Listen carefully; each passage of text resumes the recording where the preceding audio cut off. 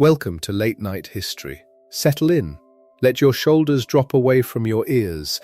Let the weight of the day pour out of your hands, out of your feet, down into the mattress and the floor and the ground below that.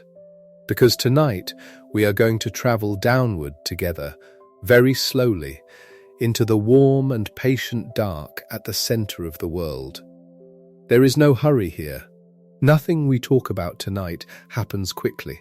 In fact, the whole story is a story about slowness, about a fire that has been burning for 4.5 billion years and will go on burning for billions more. Long after this night, long after every night either of us will ever know. So there is nothing to chase, nothing to catch up on. You can let the words wash over you like warm water and drift wherever they carry you. Let me begin with something strange and gentle, something happening to you right now, in this very moment. Whether you are lying in a bed or sinking into a chair or curled beneath a blanket in the quiet. Right now, as you breathe in and breathe out, tiny ghostly particles are passing through your body. Not a few of them. Not a handful. Roughly 1 million of them are streaming through every square centimeter of you every single second, through the back of your hand, through your chest as it rises and falls, through your closed eyes and the pillow beneath your head. They come up out of the ground beneath you, rising through the floor, through the foundations of the building, up out of the deep rock of the planet itself. And they do not stop for you. They do not stop for anything. They pass straight through your body, straight through the bed, straight through the whole of the earth, as if all of it, you, the bed, the mountains, the oceans, the entire 6,000-kilometer thickness of the world, were nothing more solid than an open window. These particles have a name. They are called geoneutrinos. And they are, in a sense, the smoke of a hidden fire. They are the faint exhaust of a furnace buried so deep beneath your feet that no human being has ever seen it, or touched it, or ever will. And yet, by learning to catch these little ghosts, a mere dozen or two of them a year, in enormous tanks of liquid built in caverns beneath mountains, physicists have done something that would have sounded like sorcery to anyone who lived more than a lifetime ago. They have learned to weigh that furnace, to measure the fuel inside a planet without ever going down to look at it, to read the heart of the earth from the outside, the way a doctor listens to a heartbeat through a wall of skin and bone. That is where we are going tonight, down to the furnace, and then further still, down to the question of how anyone could possibly know it is there. But let us not rush the descent. Let us start with a simple, almost childlike question, the kind of question you might have asked as a small child staring at a campfire, half asleep, the flames turning to shapes behind your eyelids. Why is the inside of the earth still hot? Think about that for a moment, gently. The earth is old. Not old the way a grandmother is old, or old the way an ancient tree is old, or even old the way a mountain is old. The earth is 4.5 billion years old. That is a number so large it slides right off the mind, like water off a stone.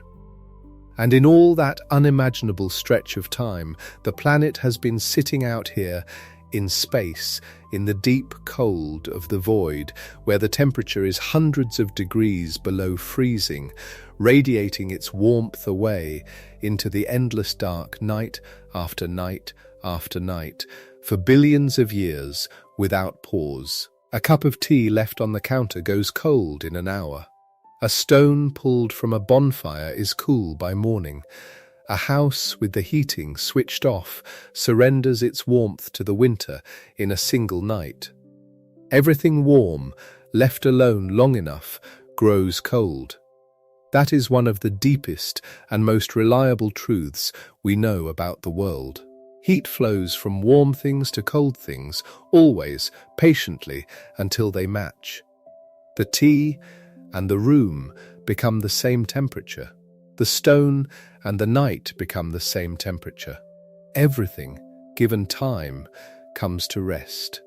So the Earth, sitting for 4.5 billion years in the cold of space, ought to have gone cold long ago. Cold all the way through. A dead stone, hard and still and lifeless, its heat surrendered to the void an eternity ago. And yet, it hasn't. Dig down. Not that we can dig very far, as you'll see, but dig down even the little way that miners and drillers have managed, and the world grows warmer with every step.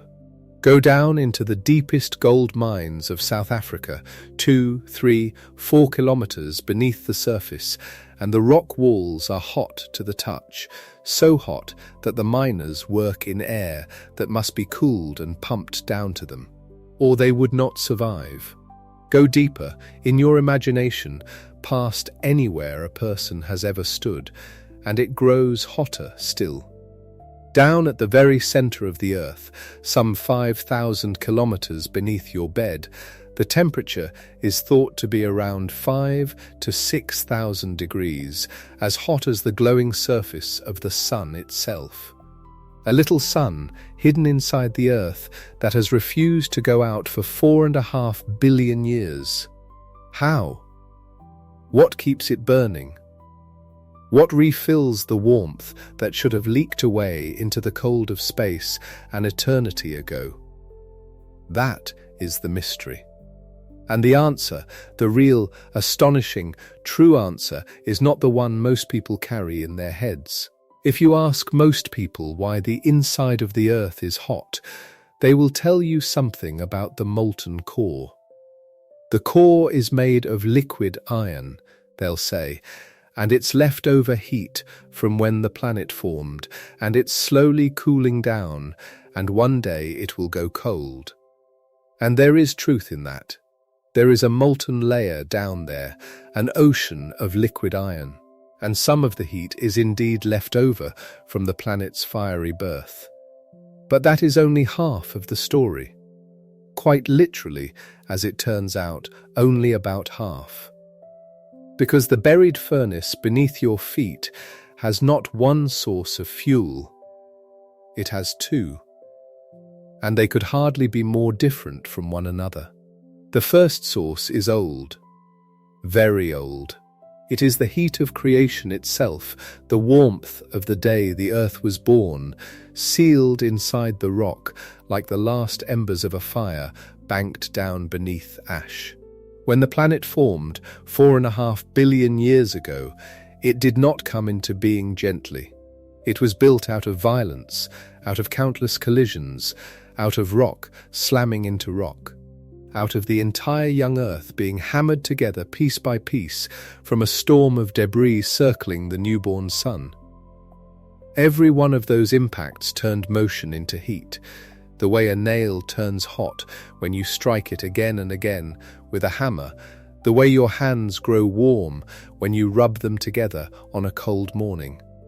Multiply that by 100 million years of relentless bombardment, and the whole young planet glowed. It was, for a time, an ocean of molten rock from top to bottom, a world of fire. And then, as the iron in that molten world sank down toward the center, pulled by gravity to form the core, that sinking released even more heat, a vast surrender of energy as the heaviest material fell inward toward the middle of the planet. So the Earth was born burning, and a great deal of that birth heat is still down there, still leaking slowly outward, still keeping the interior warm. It is the oldest fire there is. Nothing feeds it. It only fades, but it fades so slowly through so much thick, insulating rock that 4.5 billion years later it has still not gone cold. That is the first half of the furnace, the leftover warmth of the beginning. But the second source is where the story turns strange and beautiful.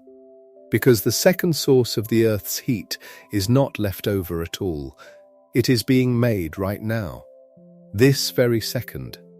As you lie here breathing, deep inside the rock beneath you, new heat is being created, not remembered from the birth of the world, but freshly born, this instant, and the next, and the next. How?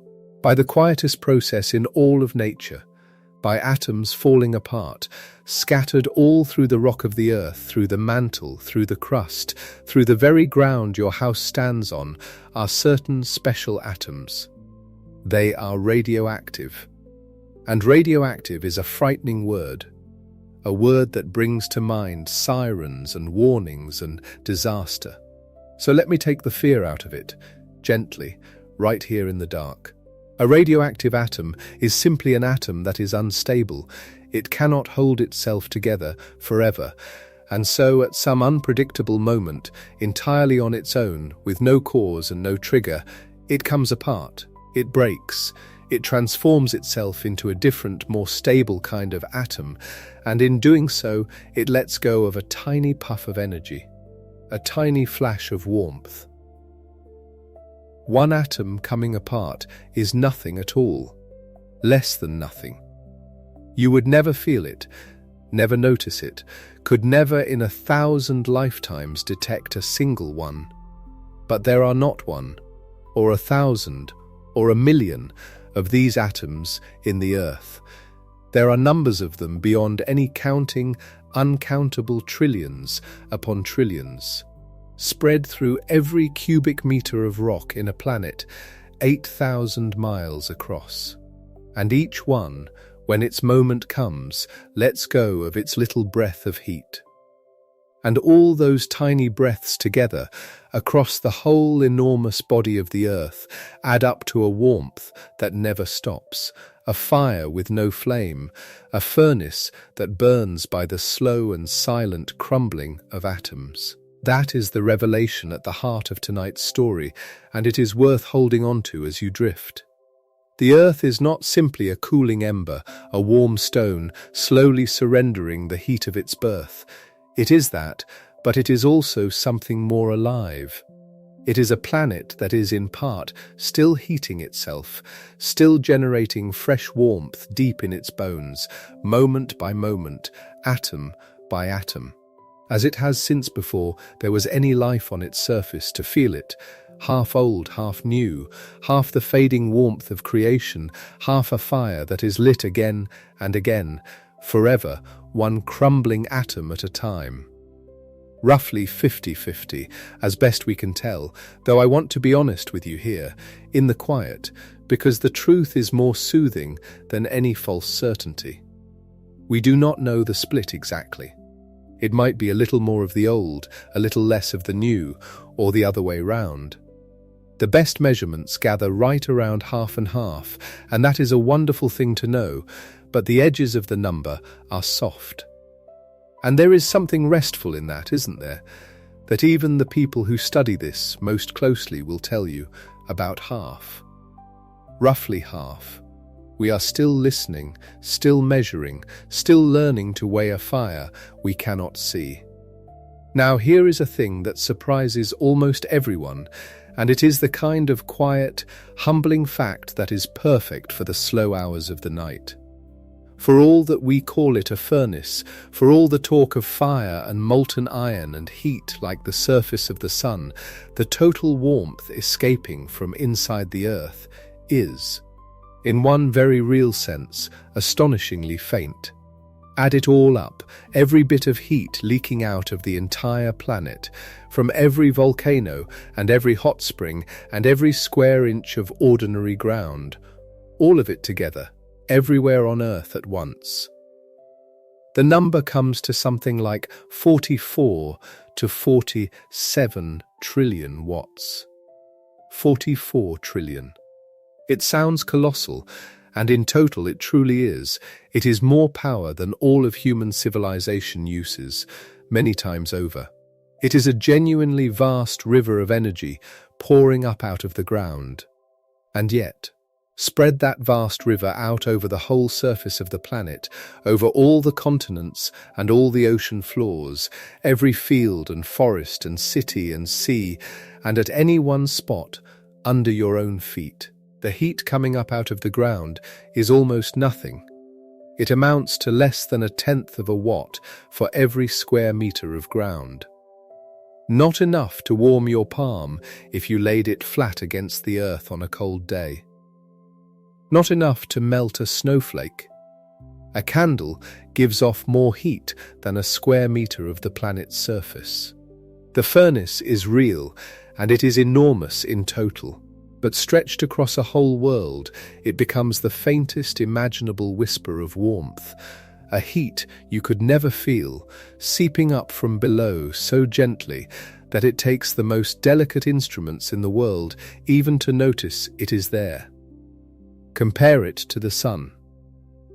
On an average day, averaged over the whole globe, day and night together, sunlight pours down about 340 watts onto every square meter of the Earth.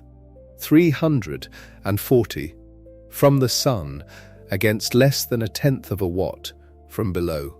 The sun delivers roughly 3,000 to 4,000 times more heat to the surface than the whole buried furnace of the planet can push up from beneath.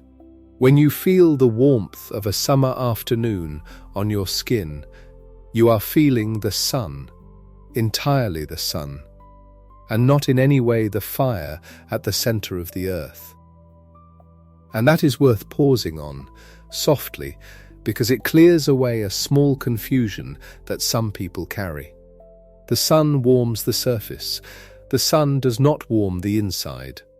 Sunlight sinks only a little way into the ground, a few meters, no more, before it is soaked up and given back to the sky each night.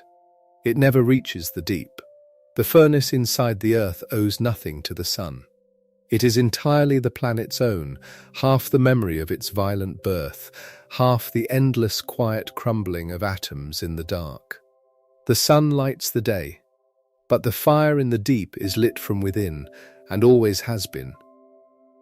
So we have a furnace that is, per footstep, fainter than a candle, and yet in total across the whole planet, a river of 44 trillion watts. A whisper underfoot that becomes a roar when you add up the whole world. And half of that whisper is being made, right now, by atoms falling apart in the rock. Which atoms? This is where the story gains its precise and lovely detail, the sort of small, true facts you can turn over slowly in your mind as your breathing deepens. It is not just any atoms that do this heating. It comes down almost entirely to just 4 kinds, 4 particular ingredients, scattered through the rock in the tiniest traces, a few parts in a billion, here and there, no more, and yet between them they light half the fire of an entire planet. 4 names. Say them slowly to yourself as I do, and let them settle. They are ancient words for ancient things. The first is uranium. Not one kind of uranium, but two slightly different versions of the same element. There is uranium-238, the common, patient, long-lived kind, the workhorse of the deep fire, and there is uranium-235, its rarer, faster cousin, the one that burns through itself more quickly. 2 uraniums then, one slow and one quick, both crumbling away in the rock and giving up their warmth. The third is thorium. Thorium-232, to give it its full and proper name, a metal even more patient than uranium, even slower to come apart, a substance that keeps its warmth in reserve across spans of time that make the age of the Earth itself look brief. We will come to just how patient thorium is, and it is one of the most beautiful facts in all of this. But for now, simply hold the name. Thorium, the slow log at the back of the fire, glowing on and on and on. And the fourth is potassium. Potassium-40, one particular rare version of an element that is otherwise entirely ordinary, The same potassium that is in a banana, in your own blood, in the salt substitute on a kitchen shelf. Most potassium is perfectly stable and harmless. But a tiny fraction of it, this one special form, potassium-40, is unstable and slowly falls apart and adds its own small breath of warmth to the furnace far below. Uranium-238, uranium-235, thorium-232, potassium-40. 4 names. 4 kinds of atom, threaded through the rock of the world in traces so faint you could hold a fistful of that rock and never dream of the fire sleeping inside it. And between just these 4, half the heat of the entire planet is kindled and rekindled endlessly in the dark. There is something almost tender about it when you sit with it in the quiet. The earth is not warmed from within by roaring flame or churning lava. Not really, not in the way the childhood imagination pictures it. It is warmed by 4 faint ingredients, present in the merest whisper of a quantity, doing the smallest possible thing, a single atom, now and then coming quietly apart and doing it so many countless times over, in so much rock, across so much time, that the whole vast interior of a planet is kept warm against the cold of space by nothing grander than that. The patient crumbling of a few rare atoms, unfelt, unheard, unseen, holding back the cold of 4.5 billion years. And it raises the question we will spend the rest of our slow journey answering. The question that turns this from a pretty story into something almost miraculous.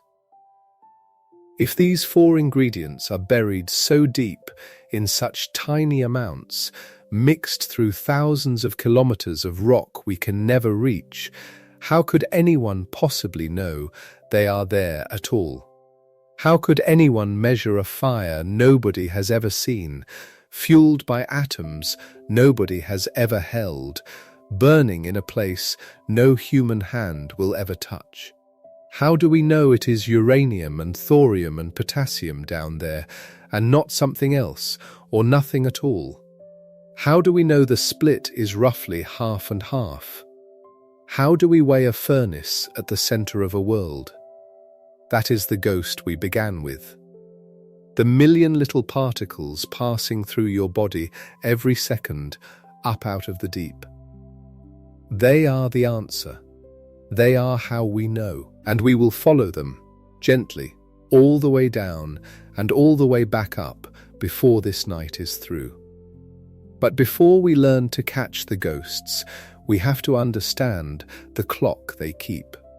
Because each of those 4 ingredients, the 2 uraniums, the thorium, the potassium, comes apart at its own particular pace, its own rhythm, its own slow and steady heartbeat, measured not in seconds or years, but in hundreds of millions and billions of years. And those rhythms are among the most extraordinary numbers in all of science. Numbers so vast and so patient that they were made, it almost seems, to be spoken aloud in the dark, at the edge of sleep, to a mind letting go of the day. So let your breathing slow a little more. Let the 4 names drift in the warm dark below you. Uranium, uranium, thorium, potassium, 4 faint fires in the deep rock, each keeping its own ancient time. And as you sink toward rest, hold on to the gentle strangeness of where we have arrived. Beneath you, right now, a furnace older than the oceans, older than the continents, older than life itself, is burning without a flame. Half of it is the warmth of a world being born in fire and violence, so long ago that the number means nothing to the human heart.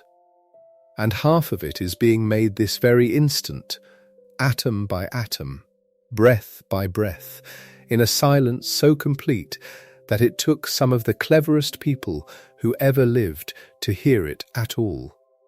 And they heard it. That is the wonder we are moving toward. they found a way to listen to the heart of the earth.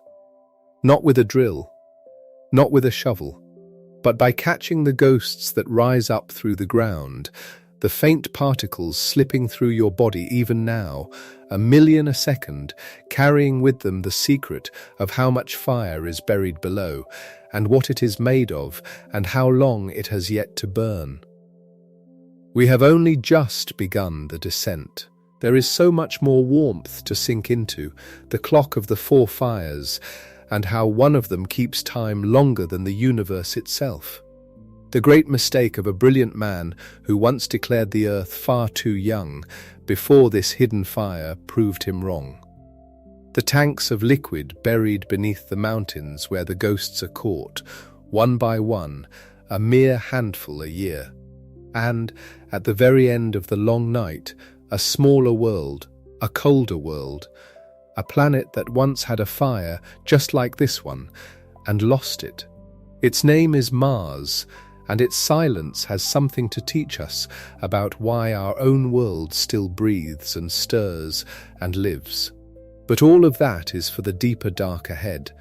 For now, there is only this, a furnace beneath you. Faint as a candle underfoot, yet vast as 44 trillion candles all at once, half as old as time and half as young as this moment, kept alive by 4 quiet ingredients crumbling in the rock. It has burned since before there was anyone to feel it. And it is burning now, patiently, warmly, holding back the cold, as you let go of the day and begin, at last, to drift downward into rest. Let us stay here a while longer at the surface before we go down, because the strangest thing about this fire is how gentle it feels from where you are lying.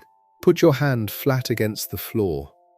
Feel nothing, no warmth rising, no trembling, and yet the heat is there, leaking upward through every square inch of ground on the planet, all the time, without pause.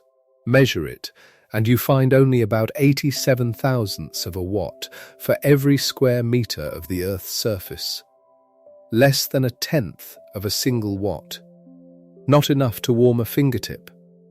Not enough to notice in 10,000 lifetimes of noticing. That is the paradox we will hold in our hands tonight. Almost nothing underfoot. And yet, add it up. Take that faint whisper of heat and spread it across the entire skin of the world, across every ocean floor and mountain range and frozen plain and buried valley, and it swells into something almost past imagining. 44 trillion watts. By some careful measurements, closer to 47. A furnace so large the number stops meaning anything, and so quiet you could sleep on top of it your whole life and never once feel it stir. Compare it to the other fire, the one you know. The sun pours down more than 300 watts onto every square meter of the Earth, averaged over the whole turning globe. Set that beside the 87 thousandths coming up from below, and the buried furnace is something like 3,000 or 4,000 times fainter beneath your feet than the daylight is upon your face. Which is why, for most of human history, no one thought to look down for a fire at all. The great warmth of our lives has always come from above. The sun rises, the ground warms, and it feels, doesn't it, as though the heat of the world is simply borrowed sunlight sinking in. But it isn't. Here is the quiet correction, and then we will let it go. The sun does not heat the inside of the Earth. Its warmth reaches only a few meters into the soil before the ground gives it all back to the sky again by morning. Everything deeper than that shallow skin, everything that matters in this long story, is heated from within. The furnace is entirely the Earth's own. It owes the sun nothing. So where does it come from, this fire that answers to no star? This is the heart of the mystery, and the answer, when it finally arrived, split neatly into 2 halves, 2 fires really, braided so closely together that for a long time no one guessed there were two at all. The first fire is old. It is the oldest thing there is, older than the oceans, older than the first stone. It is the heat of the planet's own birth. When the Earth was gathering itself out of dust and rock and falling debris, every collision, every fragment slamming into the growing world gave up its motion as warmth. And when the heavy iron sank inward to form the core, all that falling released a flood of heat that soaked the entire young planet through.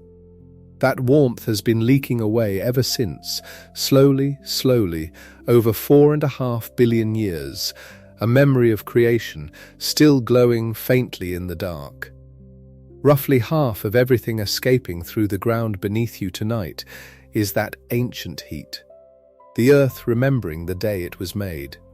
And the other half is being made right now. This is the part that took the longest to believe, because it asks you to imagine fire without flame. Deep in the rock, mostly through the mantle and the crust, closer to your bed than to the planet's center, there are certain atoms that are not stable. They cannot hold themselves together forever. One by one, on their own private schedules, they come quietly apart, and each time one does, it releases a tiny breath of energy. A single one is nothing. But there are so many of them, uncountably many, crumbling steadily through the whole vast body of the Earth, that all those tiny breaths together add up to something on the order of 20 trillion watts of fresh heat, generated this very second, and the next, and the next. Roughly half of the furnace, then, is not left over at all. It is alive. It is being lit continuously as you fall asleep by the slow undoing of the rock itself. And it comes down to just 4 ingredients. 4 out of everything on the periodic table, out of all the elements that make up the Earth. Nearly the entire ongoing fire is fed by only these. There is uranium, 2 kinds of it actually, a heavier and more patient one the scientists call uranium-238, and a rarer, faster-burning cousin, uranium-235. There is thorium, thorium-232, the slowest and most patient of them all. And there is a form of ordinary potassium, potassium-40, a trace of the same element that runs through your own blood and the soil of every garden, quietly radioactive, quietly warming the deep. Uranium-238, uranium-235, thorium-232, potassium-40, 4 names. That is the whole recipe of the living half of the fire. Say them slowly and let them settle, because we will return to each of them in the hours ahead, and each has a story stranger than the last. 2 fires, then, in near-perfect balance. About half born the day the world began, about half made new in this passing moment. Not exactly half and half. The honest truth is that no one can pin the split to the last decimal, and the scientists are careful to say about, but close enough that the symmetry of it feels almost designed. Ancient heat and living heat, leaking upward together through the ground, meeting under your feet as a single faint warmth you will never feel. And the ghosts. Come back to the ghosts one more time before we begin the descent in earnest. Every one of those countless little undoings deep in the rock, every uranium atom, every thorium atom coming apart sends out a particle so slight, so nearly weightless, that the entire mass of the planet cannot stop it. They rise through the mantle as if it were open air, through the crust as though it were nothing, up through the floor, up through the bed, up through you, a trillion of them crossing every second, silent, harmless, utterly unfelt. Each one a tiny messenger carrying word of the fire that made it, streaming out into the night sky and away. For most of history, no one knew they were there. So let us begin there. with time, with the clocks inside the furnace, because the most remarkable thing about those four fuels is not simply that they burn, but how long they have been burning and how long they will go on. Uranium-238 is the slowest of them, patient beyond any ordinary measure of patience. Its half-life, the time it takes for exactly half of any given sample to decay, to come apart one atom at a time and release its small portion of heat, is approximately 4.5 billion years. 4.47 billion years, to be more precise about it. And if that number sounds familiar, it should. The Earth itself is roughly 4.5 billion years old, which means that when this planet first formed, coalescing from dust and rock and collision in the early solar system, it came equipped with a certain quantity of uranium-238, and today, sitting here in the dark, about half of that original supply is still here. Still intact, still decaying, atom by patient atom, releasing warmth into the rock around it. The other half has already come apart, slowly, over all the eons between the birth of the world and this night. But the remainder presses on, unhurried, ticking at the same rate it always has. Think of it this way. Imagine you lit a candle at the moment the Earth formed. 4.5 billion years later, now that candle is half burned down. Not extinguished, not guttering, half burned. And it has roughly another 4.5 billion years before it reaches the halfway point again. Uranium-238 is that candle. It has barely gotten started by any reasonable reckoning of time. This is not a metaphor for drama. This is a metaphor for scale, for the almost incomprehensible patience of geological processes. The furnace was not made in haste. It will not go out in haste either. It runs on clocks so long that the human mind, evolved to track seasons and lifetimes, has to be coaxed into even approximating them. Now move to thorium-232, the second of the four fuels, and in some ways the most extraordinary of them in its relationship with time. Thorium-232 has a half-life of approximately 14 billion years. 14 billion. Stop for a moment with that number. The current age of the universe, from the first fraction of a second after the Big Bang to this present night, the whole of cosmic history as we understand it, is roughly 13.8 billion years. Thorium-232's half-life is longer than that, longer than the age of everything.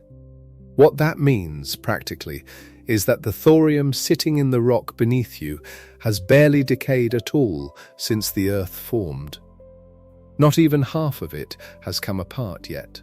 The amount of thorium present in the planet's mantle and crust today is very nearly the same amount that was there at the beginning. It is the slowest log on the fire, the most patient fuel. If uranium-238 is a candle half burned in 4.5 billion years, thorium-232 is a log that has been smouldering since before stars existed and has barely scorched its outer surface. There is something almost calming about this, if you let yourself settle into it. The slowness is not a failure of the furnace, it is the furnace's great gift to us. Because it burns so slowly, because these half-lives are measured in billions of years rather than years or centuries, the heat it produces is essentially constant on any timescale a living creature could perceive. You will not notice a change in the warmth rising from below over a human lifetime. Your children will not notice it.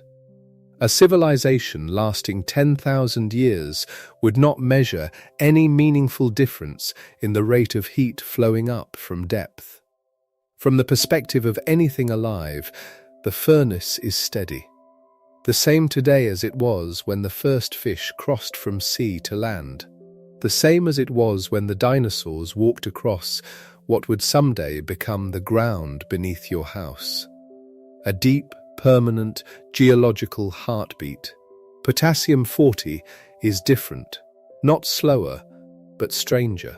Its half-life is approximately 1.25 billion years, shorter than either uranium or thorium, which makes it the most energetic of the three in terms of how quickly its contribution diminishes over geological time.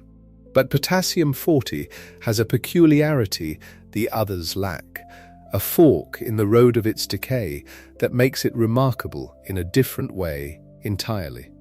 When uranium-238 decays, it follows a long chain of intermediate steps, eventually arriving at lead. When thorium-232 decays, it follows its own chain and also ends at lead. These are well-worn paths, predictable, one-directional. But potassium-40 decays two ways simultaneously. About 89% of the time, a potassium-40 nucleus becomes calcium-40. That is the more common branch, and it is how potassium quietly builds calcium in the rock, a fact with its own geological interest, but not the peculiarity I mean. The remaining roughly 11% of the time, potassium-40 does something else. It captures one of its own inner electrons, or it decays a different way, and it becomes argon-40. Argon, a noble gas. And that matters enormously, because argon-40 is not a solid, it is a gas, and once formed inside a crystal lattice, it can escape. Over billions of years, potassium-40, decaying throughout the Earth's crust and mantle, has been producing argon-40 and releasing it, gradually, constantly, seeping upward through the rock, reaching the surface, entering the atmosphere. Today, argon makes up about 1% of the air you are breathing. That 1% is largely the daughter of radioactive potassium-40. Every breath you take contains the exhalations of the deep Earth's furnace, not as heat you can feel, but as a gas you cannot see, a ghost of decay made physical, mixed invisibly into every lungful of air every creature on this planet has ever drawn. The air itself is partly the furnace's signature. The thought is worth sitting with quietly. Then there is uranium-235, the fourth of the four named fuels, and in some ways the most instructive for understanding how the furnace has changed over time, because uranium-235 burns fast. Its half-life is approximately 704 million years, short on a geological scale, only about 1/6 of the Earth's age, and because it decays quickly, much more of it existed in the early solar system than exists now. When Earth formed, uranium-235 was far more abundant relative to uranium-238 than it is today. It was a more vigorous fuel then, putting out heat at a higher rate. Today, most of the uranium-235 that once existed in the planet has already spent itself, transformed through its decay chain into lead-207, and what remains is only a fraction of the original supply. Uranium-235 is the fast burner, and the fast burner has already done most of its burning. This matters because it means the Earth's radiogenic furnace, the living, decay-powered half of the heat budget, was not always running at the rate it runs tonight. Go back 4 billion years to the early Earth and the picture is different. The uranium-235 was more abundant. And there was something else, a fifth fire that no longer burns at all, that burned so furiously in the infancy of the solar system that it shaped the very bodies the planets are made of. Its name is aluminum-26, an isotope of aluminum, but nothing like the ordinary aluminum-27 that makes up almost all the aluminum you encounter in daily life. Aluminum-26 is unstable, radioactively unstable, with a half-life of only about 717,000 years, not billions of years. Not hundreds of millions. 717,000. In geological terms, that is less than a heartbeat. It burned almost entirely in the first 1,000,000 or 2,000,000 years after the solar system formed, releasing heat at a prodigious rate as it did so. And it left. It decayed into magnesium-26 and went silent so completely that none of it remains anywhere in the solar system today. Every atom of aluminum-26 that ever existed in the early solar nebula has long since transformed into something else, but while it burned, it mattered enormously. The planetesimals, the small rocky bodies, the building blocks from which the planets grew, contained aluminum-26 from their formation, and the heat it produced was enough to melt them internally. To differentiate them, to separate the iron from the rock, the dense from the light, rearranging their interiors into layered structures. The heat of aluminum-26 was the furnace that did the first great sorting of material in the early solar system, the fire that ran hot and brief and left its mark on everything before vanishing utterly. It is, in a sense, the fire that already went out. The memory of a fuel so short-lived that even the oldest rocks on Earth cannot remember it, because by the time the Earth was fully formed, it was already gone. Between aluminum-26's early blaze and the ongoing contributions of uranium-235 in the planet's youth, the radiogenic heat of the early Earth was substantially higher than it is now. Current estimates suggest that roughly 4 billion years ago, the rate of heat production from radioactive decay was somewhere between 2 and 5 times greater than it is today. The furnace ran hotter when the Earth was young. Not because the primordial heat had not yet leaked away, though that is also true, but because the living, decay-powered half of the budget was itself larger then, fed by fuels that have since diminished. The planet has been slowly banking down. The furnace has been cooling almost imperceptibly since the beginning. But it has 4.5 billion years of cooling already behind it and is still running at 44 to 47 trillion watts tonight. It has some time left yet. Now, there is a misconception that needs correcting, and it is one so deeply embedded in the popular image of the Earth's interior that most people carry it without ever having examined it. When people imagine the heat of the deep Earth, they tend to imagine it rising from the center, from the core, the iron heart of the planet, glowing in the dark. That is the mental picture most of us have assembled from films and school lessons, and the instinctive sense that heat comes from deep down, and deeper is hotter, so the deepest part must be the source. But the radioactive fuel, uranium, thorium, potassium-40, is not in the core. It is not at the center. It is up here, near you.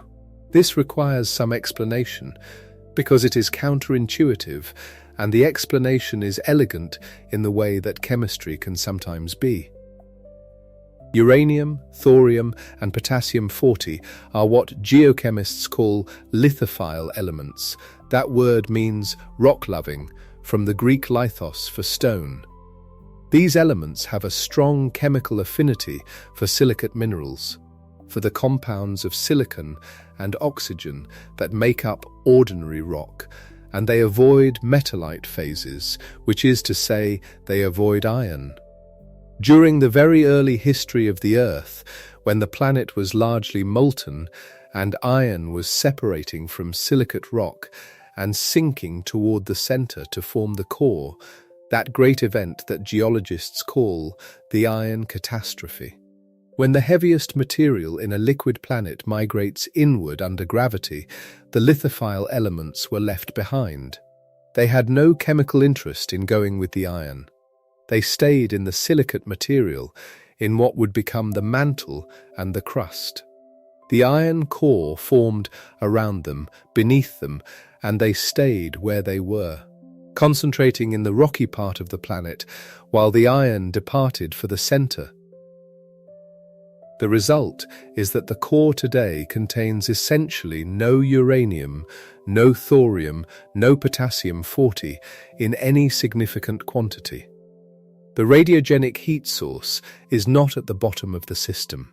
It is distributed through the mantle and concentrated especially in the continental crust, the rock you are sitting on, the rock that forms the continents, the rock that is geologically old and chemically enriched and holds the fuel closer to the surface than to the planet's heart. Continental crust, the thick, ancient granitic rock that underlies the continents, can contain uranium and thorium at concentrations of several parts per million. Several parts per million might sound vanishingly small, and by everyday standards it is. But the crust is vast, and the heat from even trace concentrations of these isotopes adds up over the immensity of geological volume and geological time. The mantle below holds uranium and thorium at far lower concentrations, parts per billion, roughly 1,000 times more dilute than the crust above. But the mantle is enormous, far larger in total volume than the crust, and so its contribution to the total radiogenic budget is still significant. The core contributes nearly nothing to the radiogenic heat. There is some debate, carefully maintained in the scientific literature, about whether a small amount of potassium-40 might have partitioned into the core under the extreme pressures of core formation. Potassium is a somewhat different chemical case than uranium and thorium, and under high-pressure conditions some silicate-incompatible behavior might occur. The debate is real, and the question has not been entirely settled. But even optimistic estimates of potassium in the core represent a small fraction of the total budget. For all practical purposes, the radioactive fuel is in the rock, not in the iron. The reactor is in the walls of the house, not in the basement. This is one of those facts that, once you hold it clearly, changes the picture you carry of the deep Earth. The furnace you feel rising through the planet is not rising entirely from the center. A significant portion of it is rising from just beneath your feet, from the crust itself, from the rock a few tens of kilometers below any continental surface, from the granite and gneiss and schist that is the ancient skeleton of the continents. The uranium in the ground is not a figure of speech. It is the fuel of the planet, and it is closer to you than to the core.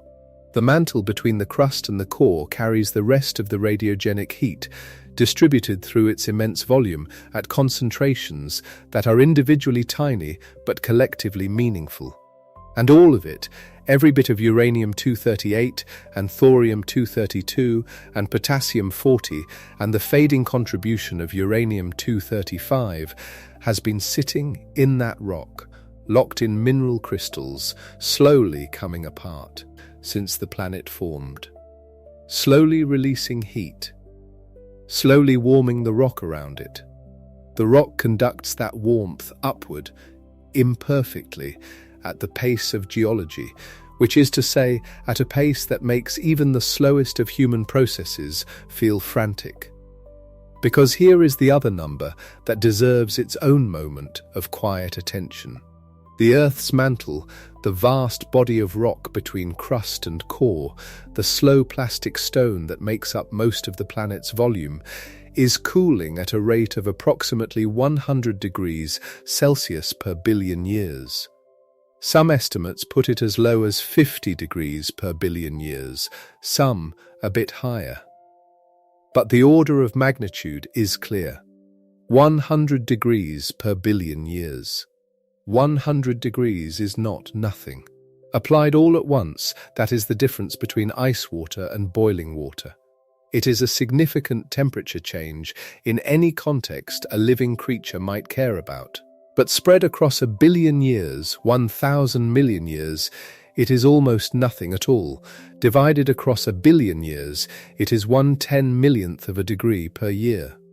A quantity so small that no instrument built by human hands could detect it in a human lifetime. Over your entire life, the mantle beneath you will cool by an amount smaller than the uncertainty in measuring it. This is the pace of the furnace's decline. Not dramatic, not urgent, not the rushing out of a fire starved of oxygen, the guttering of a candle in wind. Just this, a slow, majestic, geological banking down, as unhurried as the elements themselves. The same way thorium's clock ticks so slowly that the universe has not yet lived long enough for it to reach its first half-life. The furnace cools on timescales that dwarf any human category of slowness. There is comfort in this, if you are the kind of person who finds comfort in vastness. Nothing here is sudden. The warmth that has been rising through the ground since the beginning of the Earth has not changed appreciably since the first bacteria moved through the early ocean. It will not change appreciably by the time whoever inherits this planet finally learns to look inward and understand what they stand on. The fire is patient. It keeps its own schedule, and that schedule is written in the half-lives of atoms, in the mathematical certainty of quantum decay, in numbers so large that language was never quite designed to hold them. And yet those numbers are known. That is the remarkable thing. That is what makes this story something more than ancient mystery wrapped in geological scale.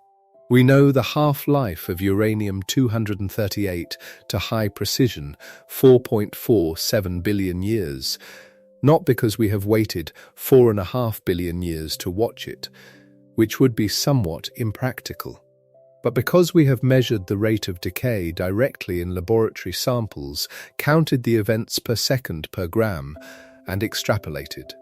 The mathematics of radioactive decay is among the most precisely tested quantitative relationships in all of science. Given a sample of uranium-238, you can calculate exactly how many atoms will decay in the next year, the next century, the next billion years, with a confidence that borders on the absolute. The clocks are not estimates, they are measurements. Thorium-232, 14.5 billion years, give or take a small fraction. Potassium-40, 1.25 billion years. Uranium-235, 704 million years. These are not approximations in the sense of guesses.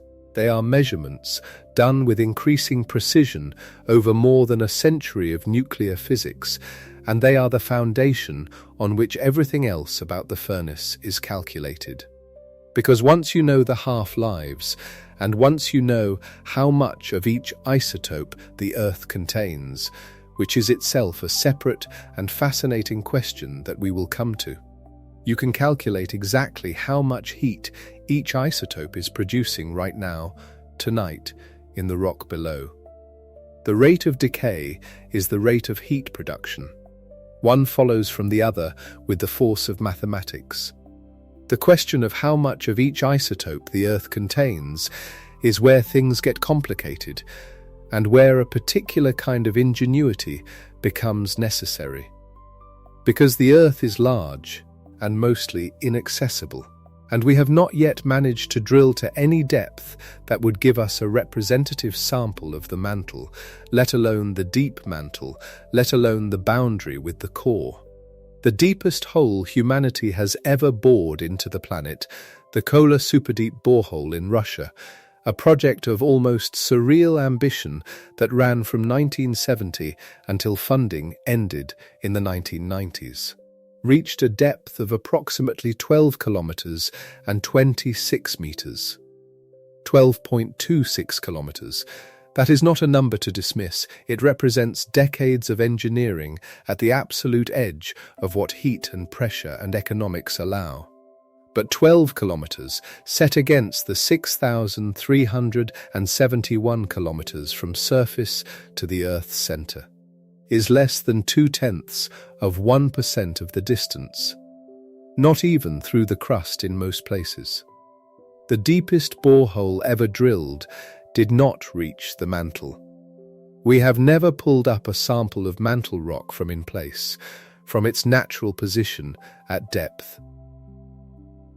We know mantle rock exists. It reaches the surface through volcanoes and through certain geological upwellings, and we can study those samples, which is enormously informative. But a direct chemical inventory of the whole Earth's interior, carried out by drilling and sampling, is simply beyond us. The planet is too large, the pressures too immense, the temperatures too high. At 12 kilometers depth, the temperature in the Kola borehole was already around 180 degrees Celsius, far hotter than the geologists expected, a reminder that the furnace, faint as it is at the surface, grows significantly more emphatic as you descend. So we read the interior by other means.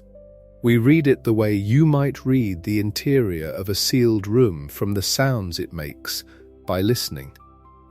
Seismic waves from earthquakes travel through the Earth's interior, bending and reflecting and changing speed as they cross boundaries between different kinds of rock and fluid.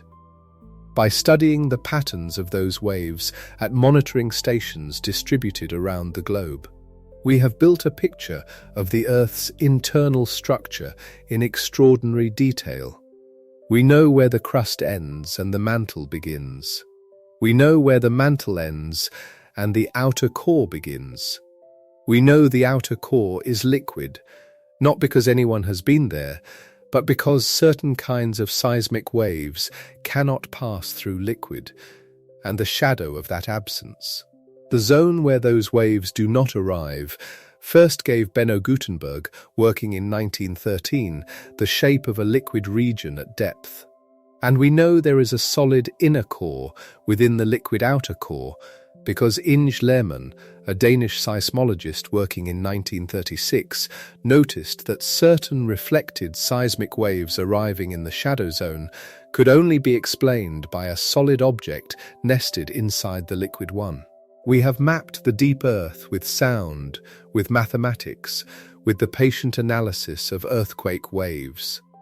And we have built models, the bulk-silicate-Earth model, which attempts to reconstruct what the chemical composition of the entire silicate portion of the planet must be, based on our knowledge of meteorites, of the solar system's original composition, of what we find at the surface and near it. These models give us estimates of how much uranium and thorium and potassium the planet contains, and from those estimates we can calculate the expected radiogenic heat. But models are models. They are not direct measurement. They carry uncertainties. They can be wrong in ways their builders do not immediately recognize, because a model is a simplified picture of something real and complex, and the simplifications are always imperfect. The question of how much heat the Earth's radioactive decay is actually producing, tonight, in the rock, in real atoms coming apart in real crystal lattices, could not be answered from models alone with the precision scientists wanted. The planet was keeping that number to itself, buried under kilometers of rock and pressure, until the particles came to the rescue, until the ghosts arrived. Go back for a moment to what happens when a uranium-238 atom decays. It does not simply convert into another element and release heat. It releases several things simultaneously. Energy, yes, kinetic energy in the recoiling daughter nucleus and in the emitted alpha particle, energy that becomes thermal energy as those particles bump against neighboring atoms and slow down, which is the heat we have been discussing. But it also, in some steps of the decay chain, releases an antineutrino, a particle of almost no mass, no electric charge, traveling at very nearly the speed of light, interacting with matter so weakly that it passes through essentially everything. The antineutrinos from uranium and thorium decay in the deep Earth rise upward through the planet the same way the heat cannot. Straight through, unimpeded, in all directions, out into the night. They are called geoneutrinos when they come from the Earth itself, to distinguish them from the far more numerous neutrinos arriving from the Sun and from cosmic ray interactions in the atmosphere. And they carry information. Because the energy of a geoneutrino is directly related to the decay that produced it, uranium decays produce antineutrinos in a specific energy range. Thorium decays produce them in a somewhat different range, and because the number of geoneutrinos streaming out of the Earth per second is directly proportional to the number of uranium and thorium atoms currently decaying, which is directly proportional to how much of those elements the planet contains. Count the geoneutrinos, measure their energies, and you have, in principle, weighed the furnace, not estimated it from models. Weighed it with particles directly. Roughly 1 million of these geoneutrinos pass through every square centimetre of your body every second, through the surface you are lying on, through the air above you, through the ceiling, through the roof, through whatever is above that, and on out into space. 1 million per square centimetre per second, ceaseless, harmless, utterly without consequence for anything biological.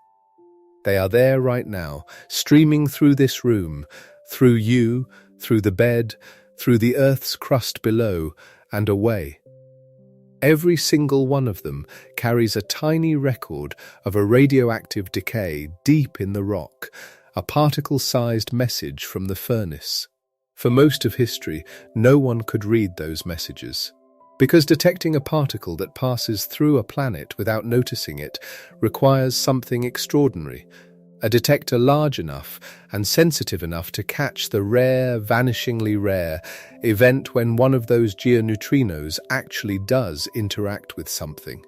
The interaction rate is so low that you could sit a single proton in the path of a geoneutrino beam and wait, on average, longer than the age of the universe for one collision to occur. The particles are not just abundant, they are astonishingly reluctant to stop. The solution is not to make the target more receptive. The solution is to make the target immense. Fill a tank. Not a small tank, a tank holding 1,000 tons of liquid scintillator, a special organic fluid that emits a tiny flash of light when a charged particle moves through it. Surround that tank with thousands of light-sensitive detectors, photomultiplier tubes that can register single photons. Bury the entire apparatus under a mountain so that the rock above filters out the noise of cosmic rays that would otherwise swamp the faint geoneutrino signal. Then wait. And count. And when a geoneutrino finally collides with a proton in the liquid scintillator, it produces a positron and a neutron, a process called inverse beta decay. And that positron immediately annihilates with a nearby electron, producing 2 gamma rays, and then a fraction of a second later, the neutron is captured and produces another gamma ray, a distinctive delayed coincidence double flash that is the unmistakable fingerprint of an antineutrino interaction. One flash, then another, a tiny interval later. That is the signal. And the counts are small. Astonishingly small. A year of watching might yield a handful of confirmed geoneutrino events, a dozen, perhaps a few dozen, after carefully subtracting all the other signals that might mimic the signature. Antineutrinos from nuclear reactors. Background radioactivity in the detector itself. Cosmic ray remnants that squeaked through the mountain. All of it must be accounted for, measured, subtracted, leaving behind the faint residue of the planet's own signal. It is not the work of a season, it is the work of years, of decades, of patient accumulation by large collaborations of physicists who understand that they are doing something unprecedented, reading the radioactive budget of a planet from the outside, using particles that should, by all intuition, be impossible to catch. The machine in Japan is called KamLAND, Kamioka liquid scintillator antineutrino detector, sitting in a mine in the mountains of Gifu Prefecture, deep underground, built originally to study antineutrinos from nuclear reactors and adapted to look also at the much fainter signal from the Earth itself. In 2005, the KamLAND collaboration published a paper in the journal Nature. It was a short paper, as landmark papers sometimes are. Its title was Clinical, an experimental investigation of geologically produced antineutrinos with KamLAND. Its content was extraordinary. For the first time in history, a human-built instrument had detected geoneutrinos, had caught particles emerging from the radioactive decay of uranium and thorium in the deep Earth, and counted them. The furnace had been found guilty by its own emissions.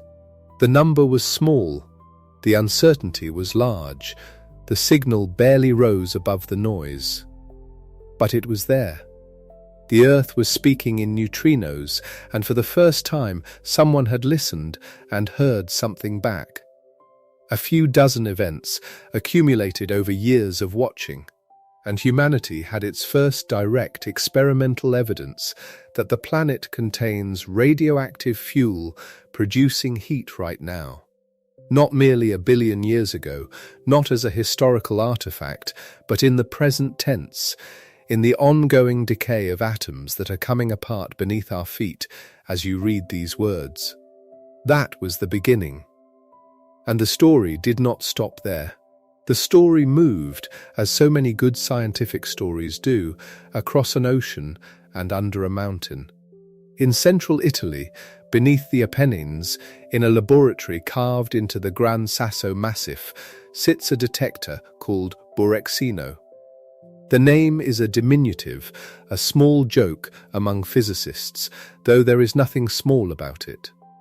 The detector itself is a sphere of liquid scintillator, a fluid that produces tiny flashes of light when charged particles pass through it, housed inside a series of concentric shells designed to block everything the experimenters do not want to see. And they do not want to see almost everything.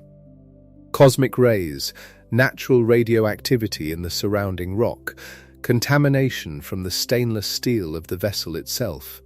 Every one of these is a potential false alarm, a ghost masquerading as a geoneutrino, and the entire experimental architecture is designed around a single goal, stripping those ghosts away until what remains, faint and real and unmistakable, is the signal from the Earth itself. Borexino sits under approximately 1,400 meters of solid rock. That overburden is not accidental. It is the shield. Cosmic rays, high-energy particles streaming in from space, are relentless at the surface, hammering through the atmosphere and into whatever they encounter, producing secondary particles that would overwhelm any detector trying to listen for something as quiet as a geoneutrino. Underground, that cosmic rain is reduced by a factor of roughly 1,000,000. The mountain does the first filtering, the concentric shielding layers inside the laboratory do the rest. And then you wait. The waiting is perhaps the hardest part to appreciate from the outside. A physics experiment at a particle accelerator can produce millions of collisions per second. The machine is always busy, always generating data. Borexino, listening for geoneutrinos, might register a genuine event, a real antineutrino from the deep Earth, striking a proton in the liquid scintillator and triggering that characteristic double flash. Perhaps a few dozen times per year. A few dozen. In a year of watching. To put that in proportion, on a busy highway, a few dozen cars pass in a single minute. Borexino waits a full year for the equivalent. And those few dozen must still be separated from background, from reactor antineutrinos produced by nuclear power plants scattered across Europe, from the occasional cosmic ray muon that slips through the mountain's protection.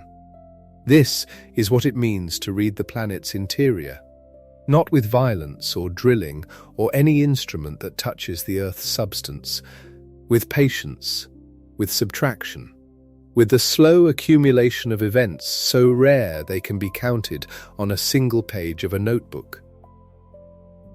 Borexino published results in 2010. It published further refined results in 2013. Its most precise analysis came in 2020, more than 15 years after KamLAND had opened the door. The two detectors, one in a mine in the mountains of Japan, one under the Apennines of Italy, had been listening independently on opposite sides of the planet, and they told essentially the same story. The radioactive decay of uranium and thorium in the deep Earth produces on the order of 20 terawatts of heat. 20 trillion watts ticking away in the atoms of the mantle and the crust, generated not by any combustion or chemical reaction, but purely by the spontaneous transformation of one kind of nucleus into another, releasing energy as a matter of physical law. 20 terawatt, that is the number the neutrinos carry out of the ground and deliver to the detectors as a message. And when you hold it next to the total heat escaping the planet, roughly 44 to 47 terawatts by the best surface measurements, the implication settles in slowly, the way understanding in this subject always seems to settle in. Roughly half of everything the Earth loses as heat every second of every day comes not from the remnant warmth of its birth, but from atoms that are splitting apart right now. The furnace is not merely cooling, it is also being stoked. That is the number the neutrinos confirm. And the confirmation matters because for a long time, a surprisingly long time, well into the era of careful measurement, the question of how much heat was radiogenic and how much was primordial was genuinely open. Models could be built. Geochemical estimates could be assembled from surface rocks and meteorites and assumptions about how the deep Earth was put together. But a model is always a model. A count of particles that actually emerged from the planet's interior, travelled through thousands of kilometers of solid rock, and reached a tank of liquid scintillator under a mountain. That is a measurement. There is a difference between the two that matters, especially when the question at stake is the energy budget of the only planet known to harbour life. The detection method itself deserves a moment of attention, because it is one of those pieces of physics that sounds like it should be impossible, and then, once you understand it, becomes almost satisfying in its elegance. When uranium-238 decays, not in one step but through a chain of successive transformations, each nucleus shedding particles and energy as it works its way toward a stable configuration. Certain steps in that chain involve what physicists call beta decay. A neutron in the nucleus converts to a proton, and in the process, two particles are emitted, an electron and an electron antineutrino. The electron is stopped almost immediately by the surrounding matter. The antineutrino carries away a portion of the energy and continues essentially without interruption through whatever happens to be in its path, rock, water, iron, the entire Earth. It does not care. Its interaction with ordinary matter is so feeble that most antineutrinos pass through the planet as though it were not there. But most is not all. The interaction is feeble, it is not zero. And if you have an enormous enough detector filled with a material containing a high density of protons, liquid scintillator does this, with hydrogen nuclei distributed throughout the fluid, then occasionally, very occasionally, an antineutrino will encounter a proton at just the right moment and trigger what is called inverse beta decay. The antineutrino and the proton interact and produce two particles, a positron, the antimatter counterpart of the electron, and a neutron. The positron carries kinetic energy and almost immediately encounters an ordinary electron somewhere in the surrounding fluid. The two annihilate each other in a small flash of gamma rays, which the detector records as a prompt signal.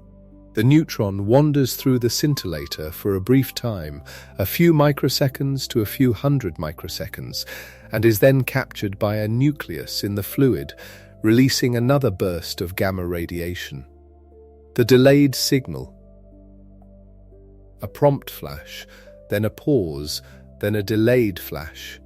That pattern, that specific time interval between two bursts of light in a specific spatial relationship, is the fingerprint. No background event mimics it precisely enough to fool the analysis at the level of confidence the experimenters require. When Borexino or KamLAND records that sequence, they have caught something. They have detected a single antineutrino. One, out of the trillions streaming through the detector every second, one happened to interact, and its interaction left a mark. A few dozen such marks, accumulated over months of watching, constitute the geoneutrino signal. And from those few dozen marks, physicists can infer, with appropriate uncertainties, with honest acknowledgement of background subtraction and modeling assumptions, how much uranium and thorium is dissolving into heat in the bulk of the planet below. There is an additional layer of information the detectors can extract, and it is worth naming. The antineutrinos produced by uranium-238 decay and those produced by thorium-232 decay carry different energies.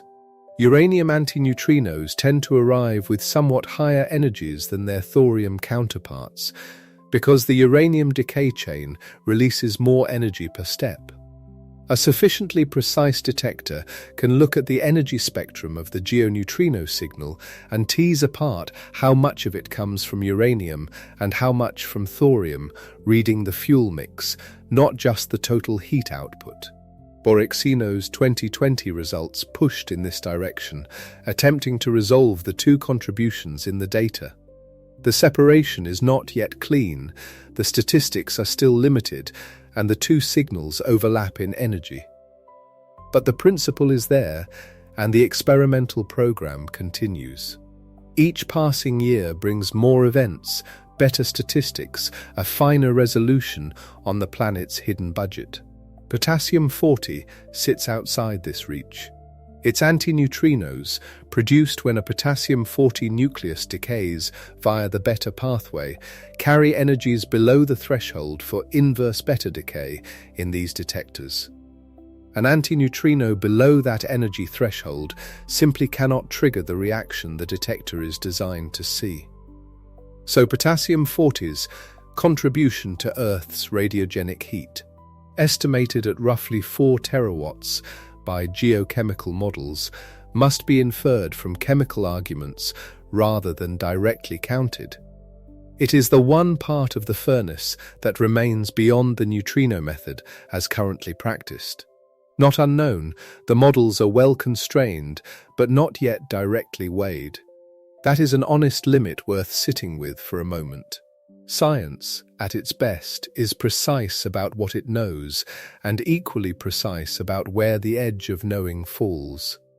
And now, having followed the neutrino thread as far as it currently goes, it is worth stepping back and noticing something about the isotopes at the center of this whole story: uranium-238, thorium-232, potassium-40, that goes beyond their role as heat sources. These same atoms, these same clocks ticking away in the mantle and the continental crust, are also the atoms that allowed humanity to determine how old the Earth actually is.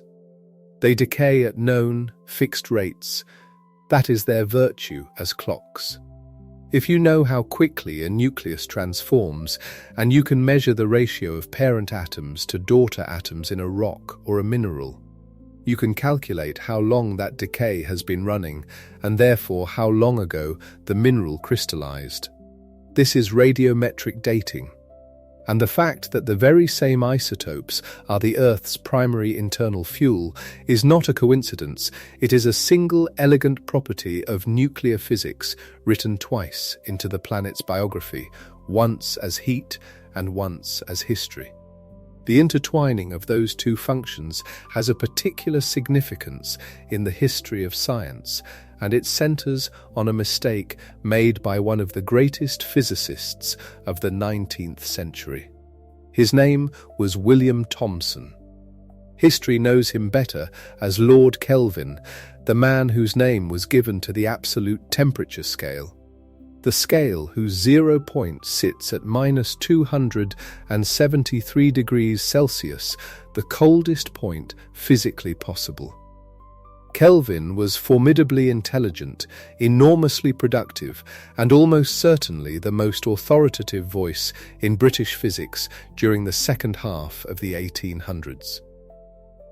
In the 1860s, he turned his attention to the age of the Earth. His approach was physically rigorous. He modelled the Earth as a body that had started in a molten state and had been cooling ever since, losing heat to the cold of space from its surface. If you know the thermal conductivity of rock, and you know the current rate at which temperature increases as you go deeper underground, a measurable quantity, the geothermal gradient, you can work backward and estimate how long the planet has been cooling to reach its present state. Kelvin ran the calculation carefully and arrived at an answer that he expressed as a range. The Earth was probably somewhere between 20 million and 100 million years old, with his preferred central estimate settling toward the lower end of that span. This was a problem.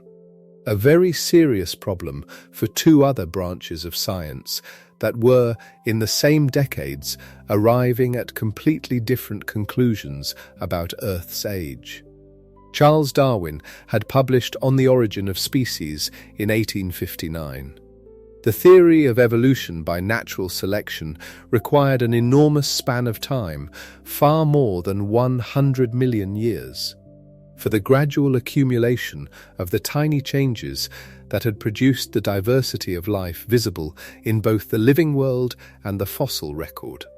Geologists working in the tradition of James Hutton and Charles Lyell, observing sedimentary rock sequences and the slow rates of deposition visible in the present, were similarly pointing toward a very old Earth, one whose age was measured in hundreds of millions of years at minimum. Kelvin found these estimates uncomfortable. He said so repeatedly in lectures and papers, and his authority carried enormous weight.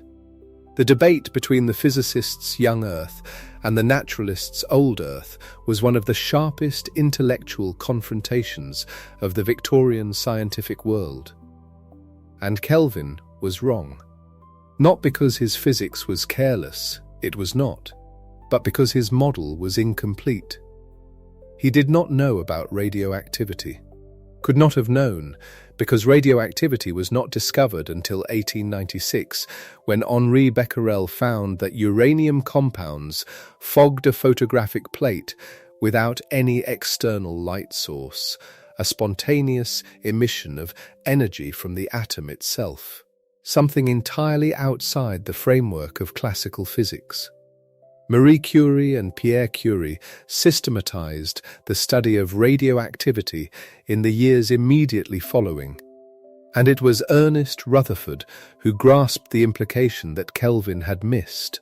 If radioactive elements in the Earth's crust and interior are continuously producing heat, then the cooling model is wrong. The Earth is not simply losing the heat of its birth. It has an internal source, a furnace being continuously stoked, and that stoke had to be added to the calculation. Rutherford delivered a lecture in 1904 at the Royal Institution in London. Kelvin was in the audience, elderly by then, reportedly dozing in the front row. Rutherford, conscious of the awkwardness, framed his point carefully. Kelvin had said that his age calculation would hold unless a new source of heat were discovered. Well, a new source had been discovered. Radioactivity. Kelvin had left the door open, Rutherford noted, and the new physics had walked through it. Whether Kelvin absorbed the remark or simply slept through it, accounts differ, but the physics did not care about the social dynamics of the meeting. Radioactive heat rewrote the Earth's age, and nothing Kelvin had published could stand unchanged against it. The subsequent work of establishing that age precisely is a story of elegant and painstaking chemistry. Once it was understood that radioactive nuclei decay into specific daughter products at fixed rates, the ratio of parent to daughter in a rock sample became a clock. Measure the ratio, know the half-life, calculate the elapsed time. The technique was refined through the first half of the 20th century, and it was applied to increasingly ancient materials, old continental rocks, ancient zircon crystals, and eventually the most primitive materials available, meteorites. The stony debris left over from the formation of the solar system, never processed by the heat and chemistry of a large planetary body, carrying the original isotopic ratios nearly unchanged since the solar system's first moments.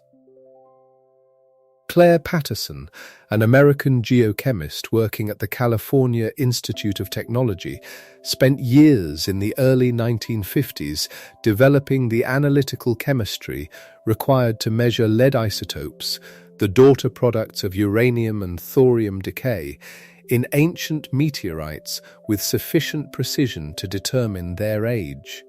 The work was painstaking. Lead contamination from the environment, including the exhaust of leaded gasoline then in widespread use, was a persistent and maddening problem. Patterson eventually traced it to its source and spent years in a separate famous campaign fighting to have it removed from fuel. But in 1956, having solved the contamination problem in his laboratory, he published his result. The Earth, and by extension the solar system, was approximately 4.54 billion years old. That number came from uranium-238, uranium-235, and thorium-232, from the ratios of the lead isotopes their decay had produced, measured in meteorites that had drifted through space since the solar system's first moments. The same atoms that glow in the mantle and the crust, producing 20 terawatts of heat confirmed by neutrino detectors under mountains, those same atoms, counted differently, as ratios of parent to daughter rather than as particle events in a scintillator, revealed that the planet had been burning for 4.5 billion years. The furnace and the calendar are built from the same bricks. That is not a metaphor.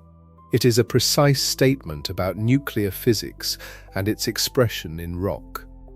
And all of this, the neutrino detections, the geochemical models, Patterson's meteorite lead, the radiometric ages of the oldest continental rocks, adds up to a portrait of the interior that is, in the circumstances, surprisingly detailed. Because one foundational fact about the exploration of that interior sits beneath everything else. We have never actually been there. Not even remotely close. In the Kola Peninsula of northwestern Russia, In a landscape of boreal forest and tundra, not far from the Norwegian border, there is a hole in the ground. It is not particularly wide, roughly 23 centimeters in diameter at its deepest point, barely enough to fit a human arm. But it is, by the measurement of human effort, extraordinarily deep. The Kola Superdeep borehole was a Soviet scientific project that ran from 1970, when drilling began, until the project was abandoned in 1994. At its deepest, the borehole reached 12 kilometers and 260 meters below the surface. 12.26 kilometers. In the context of everyday distances, that is genuinely impressive, roughly the altitude at which a commercial aircraft cruises straight down into the solid rock. In the context of the Earth's interior, it is almost nothing. The Earth's radius is approximately 6,371 kilometers. The Kola borehole, the deepest penetration humanity has ever achieved into the planet's crust, reached about 12 kilometers.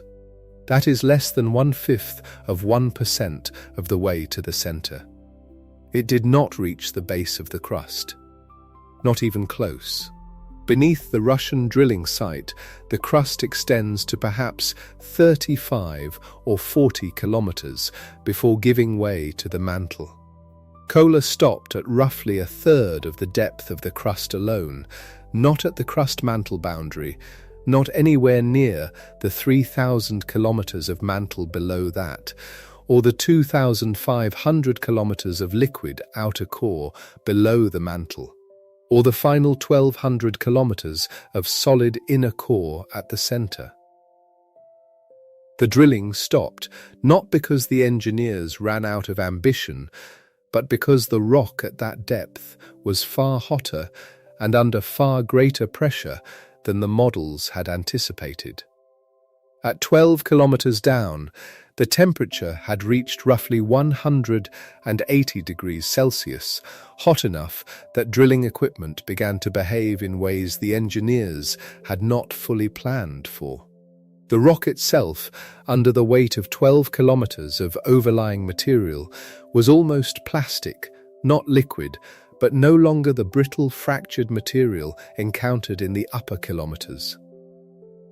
Drill bits wore out with disconcerting speed.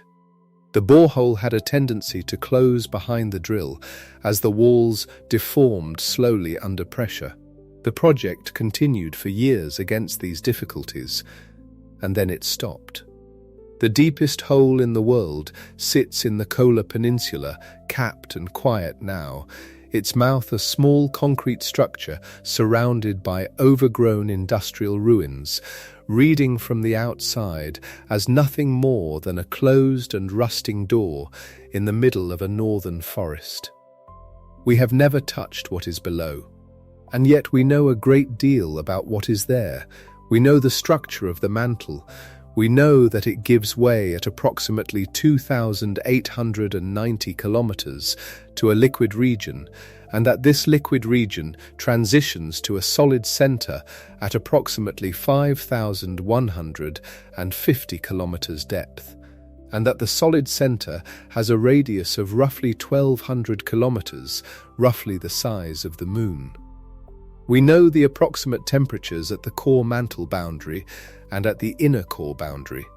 We know the density profile of the interior, layer by layer, with enough precision to construct detailed models of its behavior.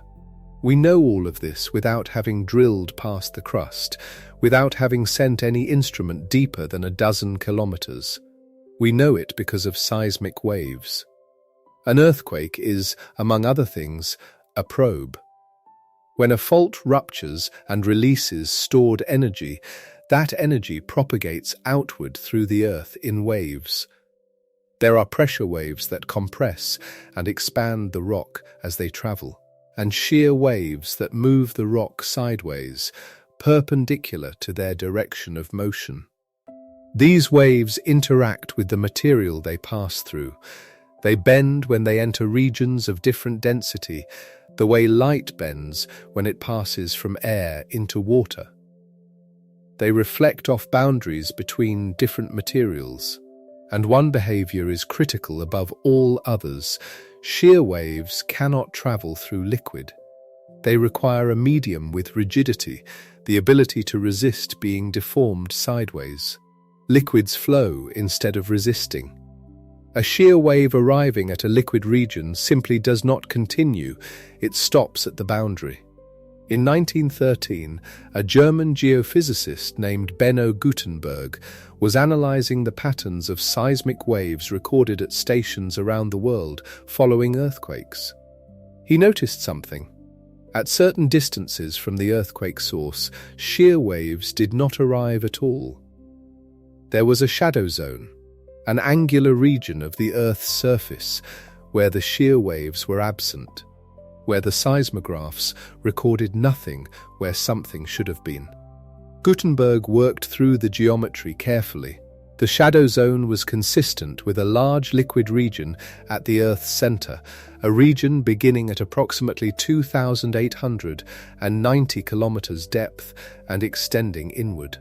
The shear waves could not pass through it. They were blocked by a liquid outer core. Gutenberg had never drilled a meter into the Earth. He had deduced, from the pattern of silences in seismograph records, that a river of liquid iron lay at the planet's heart, nearly 3,000 kilometers below the surface. The boundary he identified carries his name still. 23 years later, a Danish seismologist named Inge Lehmann added the next layer to the portrait. Lehmann was analysing records from a large earthquake that had struck near New Zealand in 1929, examining how seismic waves had travelled through the Earth and been recorded at stations across the world. She found something that should not have been there, faint signals arriving in the shadow zone, in the region where, according to Gutenberg's model of an entirely liquid core, nothing should have arrived. Lehmann worked carefully through the geometry of wave refraction and reflection, and she proposed an explanation. Inside the liquid outer core, there was a solid inner core. Waves that entered the liquid outer core travelled downward, struck a boundary with this interior solid, and reflected or refracted. Those waves emerged on paths that carried them into the shadow zone. That was the source of the mysterious signals. She published her paper in 1936. The paper was single-authored, I, Lehmann, and its title was the prime symbol and the letter A. Subsequent seismological work confirmed her hypothesis. The solid inner core is real, and it sits there now, roughly 1,200 kilometers in radius, composed primarily of iron and nickel at temperatures approaching 5,000 to 6,000 degrees Kelvin. Temperatures comparable to the surface of the Sun. And yet, it is solid. Held that way not because it is cool, but because the pressure at those depths, between roughly 330 and 360 gigapascals, raises the melting point of iron above the local temperature. Under the weight of the entire planet above it, iron that would be a glowing gas at the surface is pressed into a solid sphere. Both Gutenberg and Lehmann built their portraits of the interior from the same raw material, seismic waves from earthquakes, recorded at the surface, their arrival times and amplitudes compared against theoretical predictions, the discrepancies analysed until the geometry of the interior was revealed. It is one of the great indirect measurements in the history of science. The inside of the planet read from the outside, using waves the Earth itself generates, because the Earth is never entirely quiet, and every earthquake is in a sense an experiment performed by the planet on itself. Seismology and neutrino physics converge on the same interior from different directions and with different instruments and different questions. Seismology tells you the structure, where the layers are, how deep, how dense, what their physical state is. Neutrino counting tells you the chemistry, how much uranium and thorium and potassium are dissolving into heat in those layers right now. Neither method requires touching the rock. Both methods treat the Earth as a body that can be read by what passes through it, seismic waves in one case, antineutrinos in the other. The planet is, in this sense, more transparent to human understanding than its surface would suggest. We cannot reach in, but we can listen to what it sends out. The Kola borehole remains capped in its northern forest, having reached 12 kilometers in 24 years of drilling. The Gutenberg discontinuity sits at 2,890 kilometers, discovered in 1913 without a drill at all. Inge Lehmann's inner core boundary sits at 5,150 kilometers, found in 1936 from a pattern of waves in a seismograph record from New Zealand. And the neutrinos from uranium-238 and thorium-232 pass through all of it, through the inner core, through the outer core, through the 3,000 kilometers of mantle, through the crust, through every meter of the 12 kilometers the Soviet engineers spent 24 years drilling, and continue upward, through the air, through the roof of the mountain, through 1,400 meters of Apennine limestone, into the scintillator of Borexino, where very occasionally, once every few weeks, one of them strikes a proton and leaves a double flash that a physicist in a clean underground room records as an event. Each event a vote, each vote a confirmation. The furnace is real and it is running, and we have found a way to weigh it. There is something quietly staggering about the relationship between what we can reach and what we can know. The deepest our hands have gone is 12 kilometers. Our knowledge extends to 6,371. That gap is not a gap in understanding, it is a gap in touch. We have read the interior from multiple angles, with multiple methods, with enough consistency that the broad outlines are not in serious doubt. We simply cannot go there.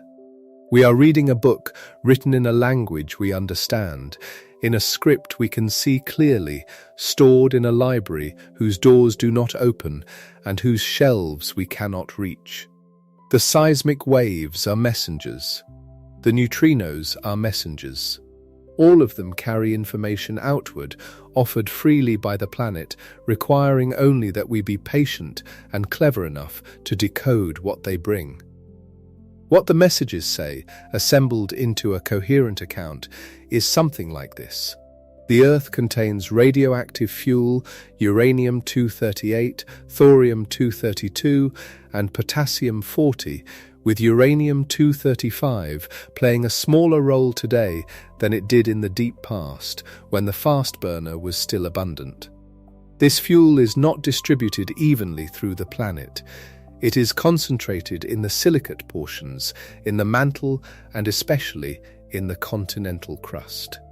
Because uranium and thorium and potassium are lithophile, rock-loving in a precise geochemical sense, meaning that when iron and silicate separated during core formation, these elements remained behind in the silicate material, leaving the iron core with essentially no radiogenic fuel. The heat source is not deep at the center. It is in the body of the planet, and in significant measure in the comparatively thin crust beneath your feet. This fuel is decaying at rates set by nuclear physics alone, rates that do not respond to temperature or pressure or chemical environment, that have been fixed since these nuclei were forged in the depths of stars before the solar system formed. That will continue at exactly the same pace until, one by one, the remaining nuclei have undergone their transformations. Uranium-238 decays so slowly that half of what was present at Earth's formation remains, and another full 4.5 billion years would have to pass before half of that remainder was gone. Thorium-232 decays more slowly still, at a pace that would require the universe to age to nearly 3 times its current age before reaching its halfway point. These are not fires that will go out suddenly. They are patient, beyond any human intuition of patience, beyond any geological or biological timescale, burning at a rate that a human lifetime does not even register as a flicker. The heat they produce, on the order of 20 terawatts, confirmed now by neutrino measurements on 2 continents, adds to the roughly equal amount of primordial heat still slowly leaking out from the planet's violent birth, making a total of somewhere between 44 and 47 terawatts escaping from the surface every second, spreading thinly across the planet at an average of roughly 87 milliwatts per square meter, quiet and almost imperceptible, dwarfed by the sun's radiation by a factor of 3 to 4,000. And yet, this quiet, thin, patient heat is what keeps the planet restless. The story of how it does that, how 20-odd terawatts of radiogenic warmth plus 20-odd terawatts of primordial warmth spread through a mantle of solid rock 3,000 kilometers deep, sets the whole surface of the planet in motion, builds and destroys ocean floors, raises mountain ranges, maintains the magnetic field that surrounds and protects all life, is where the story turns next. But before arriving there, it is worth pausing on what has just been laid out. Kelvin building a careful and physically rigorous model of a cooling Earth, and being wrong because radioactivity had not been discovered yet. Rutherford recognizing in the early 1900s that the hidden heat source changed everything. Patterson spending years fighting lead contamination in his laboratory before arriving.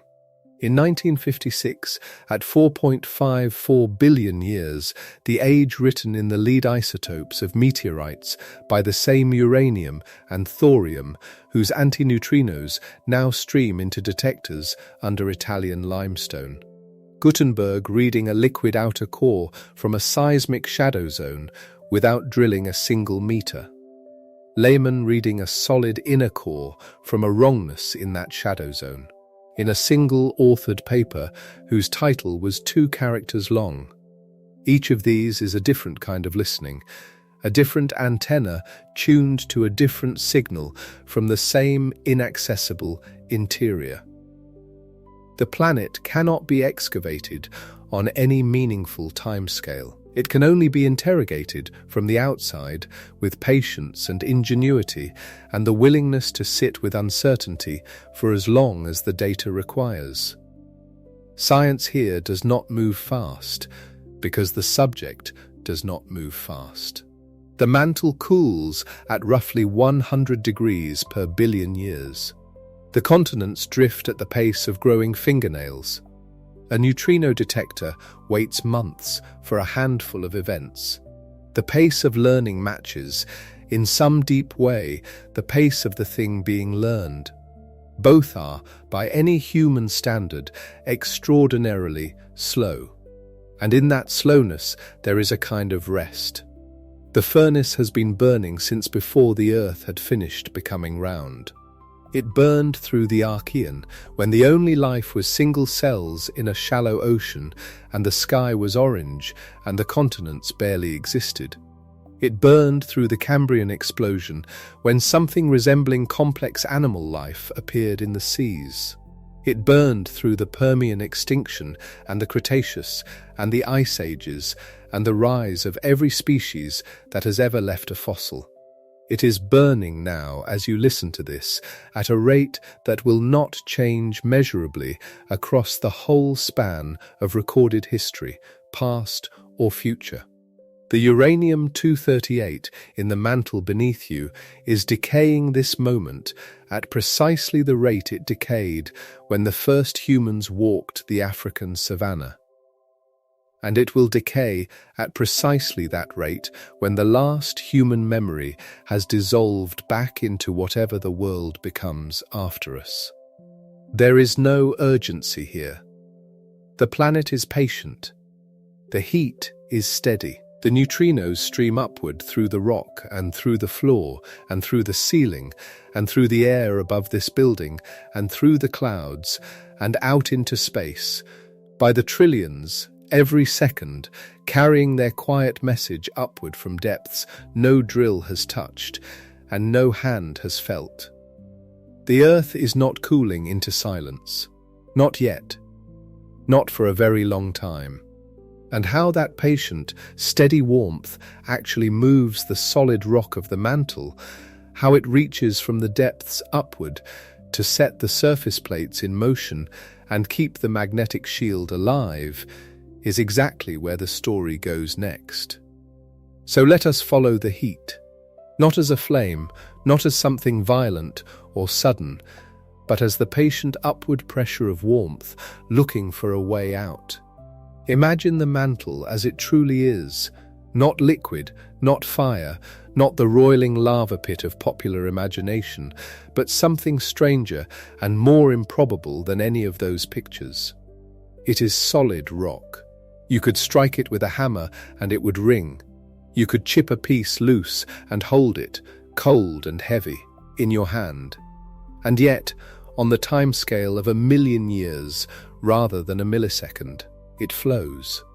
The same property that makes glass technically a very slow liquid that lets glaciers inch down mountain valleys under their own impossible weight applies here at an almost incomprehensible scale. The mantle is solid to a seismic wave which passes through in minutes and reads the rock as rigid. But to the relentless, patient push of heat over millions of years, it yields. It bends. It moves. This movement has a name, mantle convection. And the principle behind it is the same one that stirs the soup in a pot on a stove, or curls the smoke above a candle, or causes the visible shimmer above hot pavement on a summer afternoon. Hot material is slightly less dense than cool material. When something is less dense than what surrounds it, it rises. When it rises and reaches a cooler region, it loses some of its heat, becomes denser again, and eventually sinks. Then the cycle begins once more.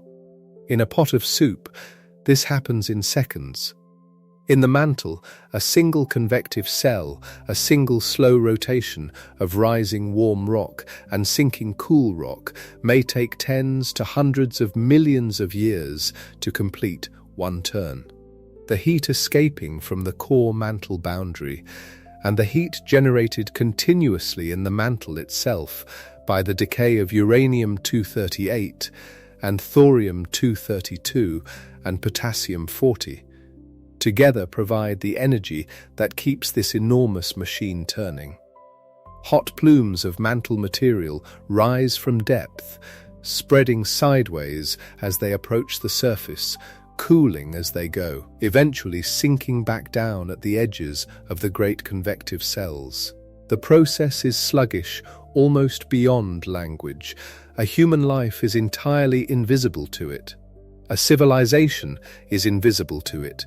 Even the whole of recorded history, 10,000 years of it, is invisible to it. But the rock moves, slowly, steadily, without interruption. The furnace stirs the mantle like a spoon, stirring something so thick you can barely turn it. And this stirring is not idle. It has consequences you can stand on. The rigid outermost shell of the Earth, the crust and the topmost sliver of mantle beneath it, together called the lithosphere, does not move as one piece. It is broken into a jigsaw puzzle of enormous fragments, the tectonic plates. There are roughly a dozen major ones and several smaller ones, and they float, if that is the right word, on the more slowly flowing asthenosphere beneath. The driving forces are several. One of the largest is called slab pull, when an oceanic plate, which is dense basaltic rock, reaches the edge of a continent and meets a lighter plate, it tips downward and sinks, subducts, into the mantle beneath. As it goes, it pulls the rest of the plate behind it, like a tablecloth sliding off a table when one corner begins to fall. This is slab pull, and it is a powerful engine in its own right. There is also ridge push, the gentle outward pressure from the mid-ocean ridges, where new seafloor is constantly being borne from mantle material, rising to fill the gap as the plates spread apart. All of it, the slab pull, the ridge push, the deep mantle currents that help organize where the plates go and how fast, traces back to the heat. The heat is the original source of motion. Without the furnace below, the plates would not move. The continents would stop. The ocean floor would stop being recycled and renewed. The whole restless surface of the Earth, with its mountains and trenches and earthquakes and volcanoes, would gradually quiet. The rate of movement is sometimes described this way, about as fast as your fingernails grow. A few centimeters a year. Stand on the European plate and the North American plate, and you are moving apart from each other, right now, at a pace you cannot feel and cannot see, but which, across 100 million years, opens an ocean between you. The Atlantic is the scar of that slow parting. The Himalayas are the crumple zone where the Indian plate, riding the deep conveyor, pressed northward into Asia and pushed the rock upward. None of it is fast. None of it is sudden, except at the moments when stress accumulated over centuries releases in an instant along a fault. The motion itself is as patient as the furnace that drives it. There is something worth pausing on here before we go deeper. The heat is escaping the Earth. The mantle convection is the mechanism by which warmth born in the planet's interior finds its way outward, dissipating gradually into the rock above and eventually into the ocean floor and the continental surface. Plate tectonics is part of that cooling system. The mid-ocean ridges where hot mantle wells up and makes new seafloor are vents, in a way, places where the deep heat has found a path upward. The subducting slabs carry cold surface rock back down into the mantle, cooling it from the other direction. The whole plate system is, among other things, a heat exchange mechanism of planetary scale, a way for the furnace's warmth to move through the rock and ultimately escape. And yet the furnace keeps replenishing what is lost, because uranium and thorium are still decaying in the rock, every second, every hour, every million years, at a rate that has barely changed since before the dinosaurs existed. The system is not in balance. The Earth is cooling, slowly. But it is in a kind of long equilibrium. The input from radioactive decay and the slowly diminishing reservoir of primordial birth heat together nearly match the output flowing outward to the surface. The result is a planet that has remained geologically active across the entirety of its history so far, which is a less common situation in the solar system than it might seem. But the story of what the heat does is not finished with the mantle and the plates. Because beneath the mantle, below the core mantle boundary, at a depth of roughly 2,890 kilometers, there is something else entirely.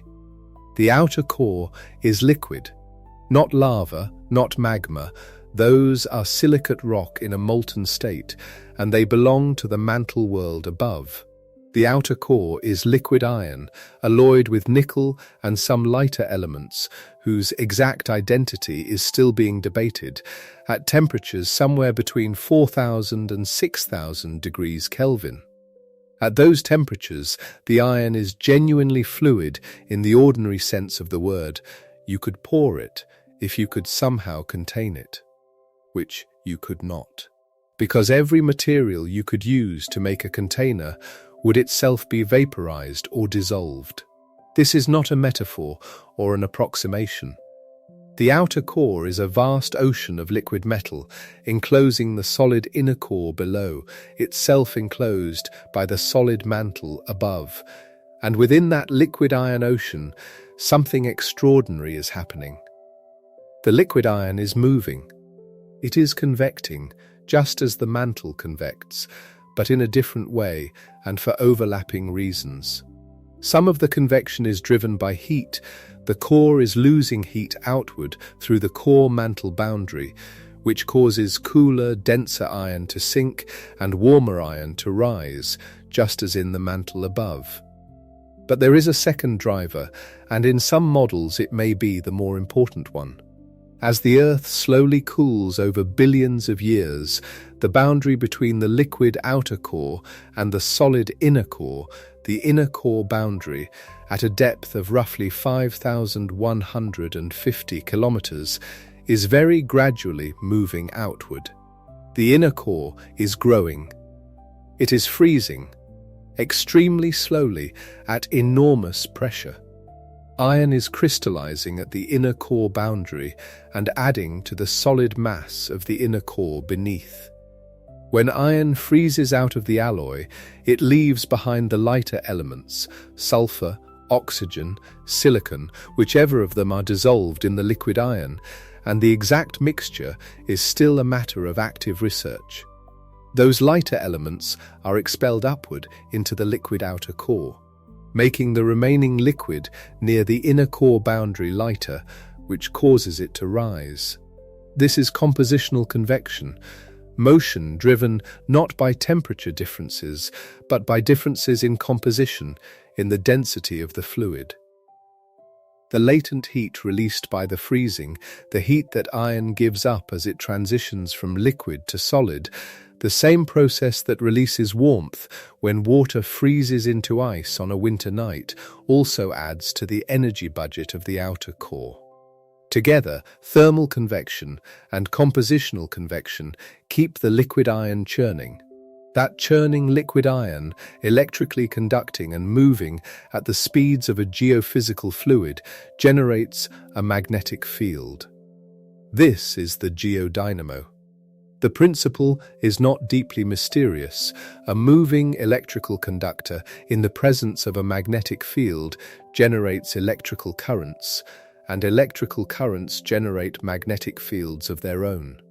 And those fields can reinforce and sustain the original field, and the whole self-sustaining system is called a dynamo. What is remarkable is the scale. The outer core, this liquid iron ocean, is itself several times larger in radius than the Moon. The convective motions within it are complex and three-dimensional, organized partly by the Earth's rotation into columnar structures aligned with the planet's spin axis. The resulting magnetic field is large enough to extend out into space well beyond the surface of the planet, forming the magnetosphere. The temperatures at the inner core boundary, where iron is slowly freezing at pressures of somewhere between 330 and 360 gigapascals, pressures so extreme that the number has to be held in the mind abstractly, because no everyday experience maps onto them, are estimated to be somewhere around 5,000 to 6,000 Kelvin. 5,000 to 6,000 degrees on the absolute temperature scale. The surface of the Sun, the photosphere, the visible bright disk that you cannot safely look at, sits at about 5,772 Kelvin. The center of the Earth is comparable in temperature to the surface of the Sun. Not because anything is burning there, not because any flame exists, but because of pressure and the slow leak of primordial heat from 4.5 billion years of compression. The solid inner core is hotter than the Sun's surface, and yet it is solid, because at those pressures the melting point of iron is higher still. Temperature and pressure together decide what state matter takes, and down there the pressure wins. The inner core itself is roughly the size of the Moon. That is one of those facts that settles into the mind slowly. hidden at the center of the world, deeper than any drill has gone or ever will go, is a ball of solid iron the approximate diameter of our nearest neighbor in space. Sitting in a sea of liquid iron at temperatures the surface of the sun would recognize. And it is growing, almost imperceptibly slowly, one crystallized iron layer at a time, releasing latent heat and expelling light elements as it does, feeding the dynamo that shields everything above it. Think about that shield for a moment, because it is easy to take for granted. The sun continuously streams charged particles outward in all directions. This is the solar wind, a flow of electrons and protons and heavier ions expanding from the corona at hundreds of kilometers per second, reaching the Earth and every planet in the solar system in a matter of days. Without any protection, the solar wind would interact directly with the upper atmosphere, stripping away light gases over time and eroding the conditions that allow water to remain liquid on the surface. Over billions of years, without a magnetic shield, an atmosphere like Earth's would be considerably more vulnerable to this loss. The magnetosphere, the vast bubble of magnetic influence generated by the geodynamo, deflects most of this flow. The charged particles from the solar wind curve around the Earth's magnetic field lines, funneled toward the poles where they produce the aurora, but largely turned aside before they can interact with the atmosphere in damaging ways. The shield is not perfect, some particles get through, and the outer radiation belts contain trapped particles that are themselves a hazard for satellites and astronauts. But the magnetosphere is the reason the Earth's atmosphere has survived largely intact for 4.5 billion years. The furnace powers the dynamo powers the shield protects the atmosphere protects the surface is where you are. The chain from the decaying uranium and thorium in the mantle rock to the conditions that allow you to breathe is real, and it is not metaphorical. It is causal, one link following from the previous one, all the way from the nucleus of a uranium-238 atom, completing one step in its billion-year decay sequence, to the air above your head remaining thick enough to scatter sunlight blue. And then there is Mars. Mars is roughly half the radius of Earth, 3,390 kilometers compared to Earth's 6,371.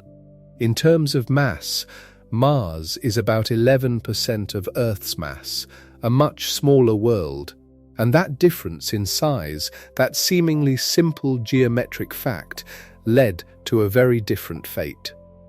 Here is the principle. The amount of heat a planet generates from radioactive decay, from residual birth heat, scales roughly with its volume, which grows as the cube of the radius. But the rate at which it loses heat to space scales with its surface area, which grows as the square of the radius. A smaller planet has a larger ratio of surface area to volume. It loses heat faster relative to how much it generates. It cools quicker. The physics is the same for a hot loaf of bread and a hot planet. The small loaf cools faster than the large one, because the surface through which heat escapes is large relative to the volume that holds the warmth. Mars ran a higher surface-to-volume ratio than Earth, and it ran it for 4.5 billion years. The result was a planet that shed its heat faster. The mantle convection slowed. The tectonic activity, if Mars ever had plate tectonics in the way Earth does, which is still debated, diminished. And the dynamo in the liquid outer core, dependent on a sufficient heat flow from the core and sufficient convective energy to sustain itself, eventually ran down. Mars once had a global magnetic field. This is not speculation. When spacecraft from the Mars Global Surveyor mission carried a magnetometer over the ancient southern highlands of Mars in the late 1990s. Instruments built by Mario Acqua and his colleagues found strong magnetic signals frozen into the rock. Ancient basalts, formed billions of years ago when Mars still had a magnetic field, had cooled and locked in the orientation of that field, preserving it as remnant magnetization, the same process by which Earth's seafloor stripes record millions of years of magnetic reversals. The record is there in the Martian highlands. Mars had its dynamo. Mars had its magnetic field. At some point, roughly 4 billion years ago, the dynamo shut down, the field collapsed. And Mars has been magnetically quiet ever since. The consequences were not immediate and dramatic. They played out over hundreds of millions of years. But without its magnetic shield, Mars became progressively more vulnerable to the solar wind. The MAVEN spacecraft, the Mars Atmosphere and Volatile Evolution mission, launched in 2013 and arriving at Mars in 2014, measured this process directly. Bruce Jakosky and his colleagues found that the solar wind is stripping gas from the Martian atmosphere even now, at a rate that becomes significant over geological time. Over billions of years, the accumulated loss has been enormous.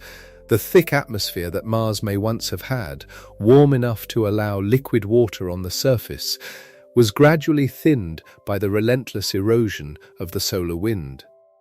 The pressure dropped below the point where liquid water can exist on the surface. Temperatures fell. The rivers and the lakes and whatever potential they held dried out. Mars became the cold, thin-aired, frozen desert it is today. NASA's InSight lander, which touched down on Mars in 2018 and operated until late 2022, listened for Martian earthquakes, Marsquakes, using a seismometer called SEIS that was sensitive enough to detect the planet's deep interior. InSight confirmed that Mars still has a core, and that core is at least partly liquid. But the planet's interior is far quieter, far less dynamic than Earth's. No plate tectonics churns the Martian surface. No vigorous convection stirs the mantle with anything like the energy that moves Earth's plates. The furnace that once gave Mars its dynamo and its magnetic shield has not gone entirely cold, but it has dimmed enough that the dynamo could not sustain itself, and the surface above has been left to the mercy of space. Mars is the cautionary twin. It had the same origin story as Earth, both worlds formed from the same rotating disk of gas and dust around the young sun. Both accumulated the same rock-forming elements, including uranium and thorium. Both were battered by the same late bombardment of asteroids. Both may have had liquid water and active geology in their early histories. The difference was size. 11% of Earth's mass. That was the margin. That was what separated a world that stayed alive and geologically restless, that kept its dynamo running and its atmosphere intact, and eventually allowed something to evolve and build radio telescopes. From a world that went cold and still, and silent at the surface, its history frozen into its rocks, its magnetic memory preserved only in the ancient highlands as a kind of epitaph. The moon shows the same pattern.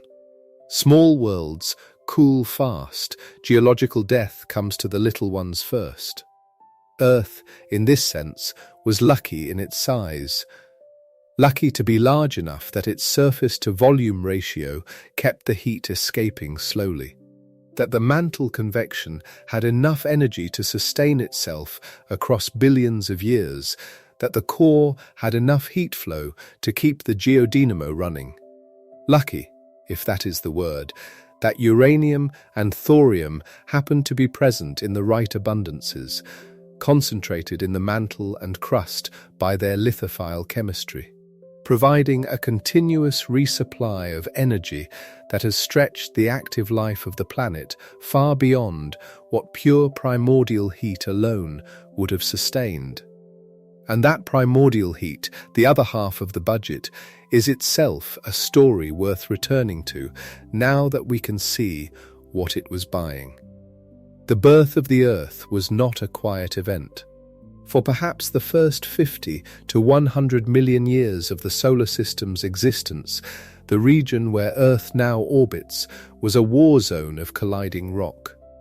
Planetesimals, the early solid bodies that preceded the planets, ranging from pebbles to bodies the size of small moons, were circling the young sun in their billions, crossing each other's orbits, colliding, sometimes shattering, sometimes sticking, slowly but chaotically building larger and larger bodies through a process called accretion. Each collision converted kinetic energy into heat.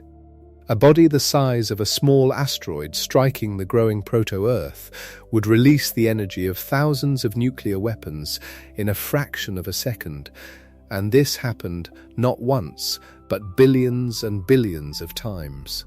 The heat accumulated faster than it could escape. The proto-Earth grew molten.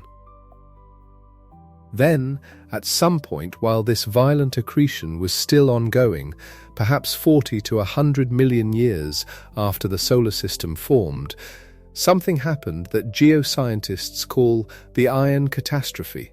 Though it was not a catastrophe in any human sense, but simply a phase transition of planetary scale. As the interior of the growing Earth became hot enough for iron to melt, the dense liquid iron, far heavier than the silicate rock around it, began to sink. Rain downward through the mantle rock is perhaps the closest analogy, though the scale makes every analogy awkward. Blobs of liquid iron, themselves perhaps as large as small hills or mountains, sinking through rock that was yielding under the heat and pressure. As that iron fell toward the center, it released gravitational potential energy. The descent of iron from the surface and mantle to the core is estimated to have raised the temperature of the whole Earth by something like 1,000 to 2,000 Kelvin. 1 or 2,000 degrees of heating across the whole planet from gravity alone. The Earth was effectively recharged by the act of differentiating, by sorting itself into a dense iron core and a silicate mantle and crust. The iron catastrophe left the young Earth with a core and set the stage for the geodynamo we still benefit from. And somewhere in that same violent early period, a body the size of a small planet struck the proto-Earth in a collision so energetic that it blew off an enormous amount of material into orbit. Some of that material accreted to form the Moon. The rest settled back. This event, the giant impact, hypothetically caused by a body often called Theia, would have left the Earth largely or entirely molten, a magma ocean covering the whole surface, kilometers deep, glowing, a world that from space would have looked like a dim star. Much of the primordial heat that the Earth carries today is the slow cooling of that magma ocean, the gradual leak of birth energy accumulated over those first terrible millions of years. The magma ocean solidified, the crust formed, the mantle began its long cooling, its convective churning, its patient million-year cycles of rising and sinking.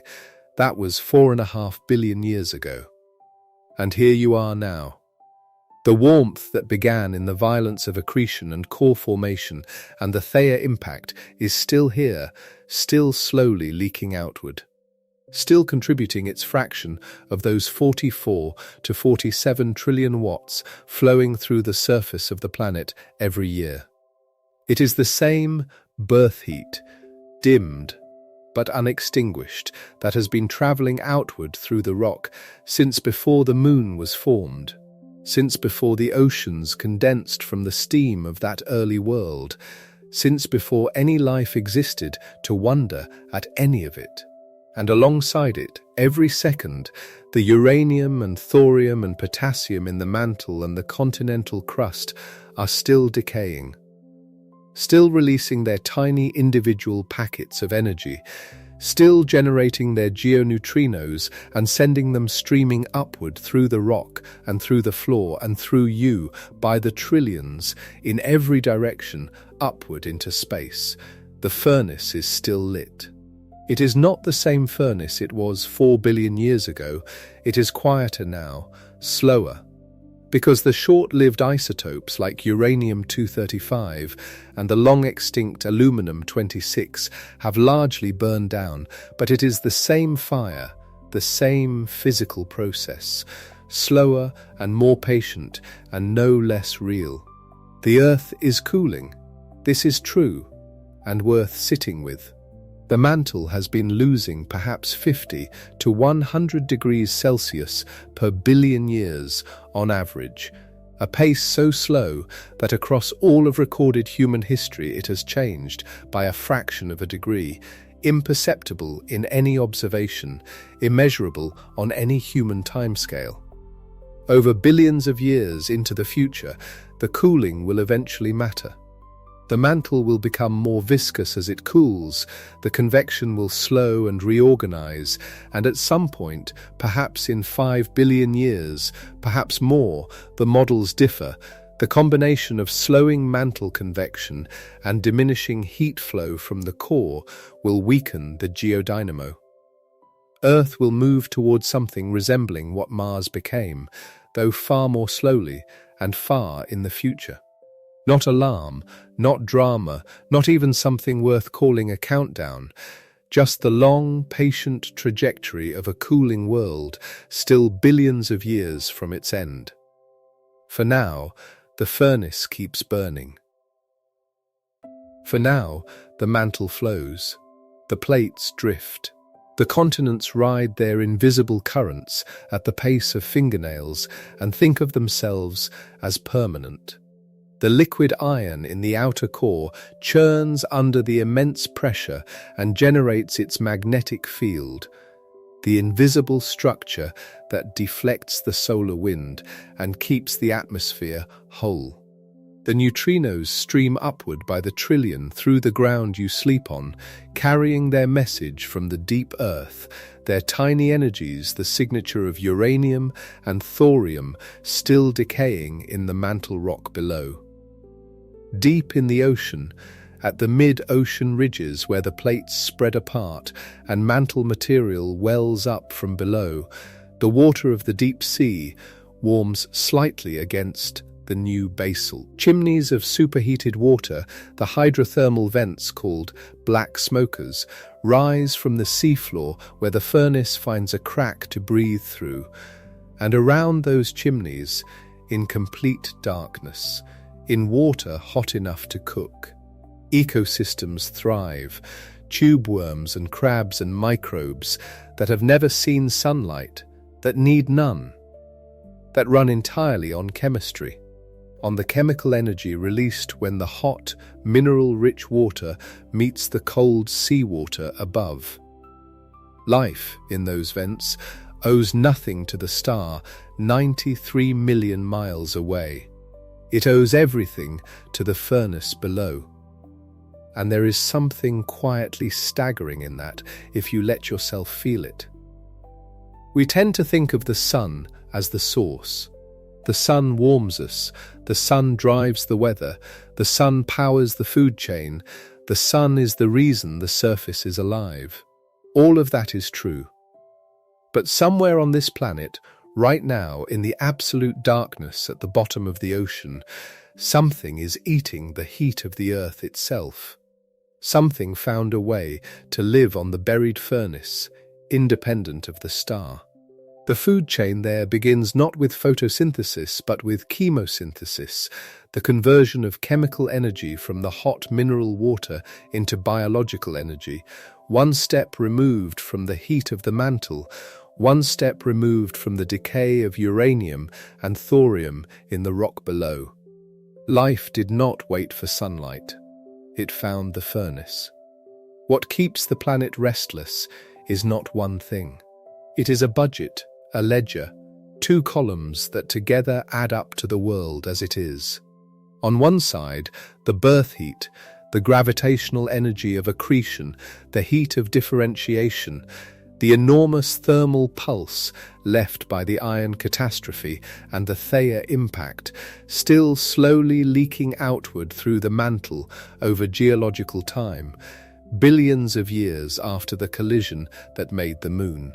On the other side, the ongoing decay, uranium-238, thorium-232, potassium-40, and in the deep past uranium-235 and the extinct aluminum-26, releasing energy in their nuclei at rates set by their half-lives, rates that will not change regardless of temperature or pressure or chemistry, rates that are as close to absolute as physics offers. Together, these two sources produce something in the range of 44 to 47 trillion watts. Together, they feed the convection of the mantle and the convection of the outer core. Together, they keep the plates moving and the dynamo running and the magnetic shield intact. Together, they are the reason Earth is not Mars.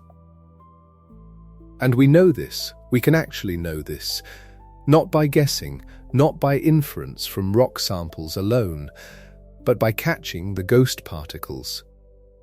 Because deep under a mountain in Japan and deep under the rock of central Italy, in tanks filled with liquid scintillator and lined with photomultiplier tubes and shielded by hundreds of meters of rock from the noise of the cosmic rays above, physicists sat for years and counted. They counted the geoneutrinos. A dozen events in a year, sometimes fewer, each one a tiny double flash, positron and neutron appearing in sequence inside the detector.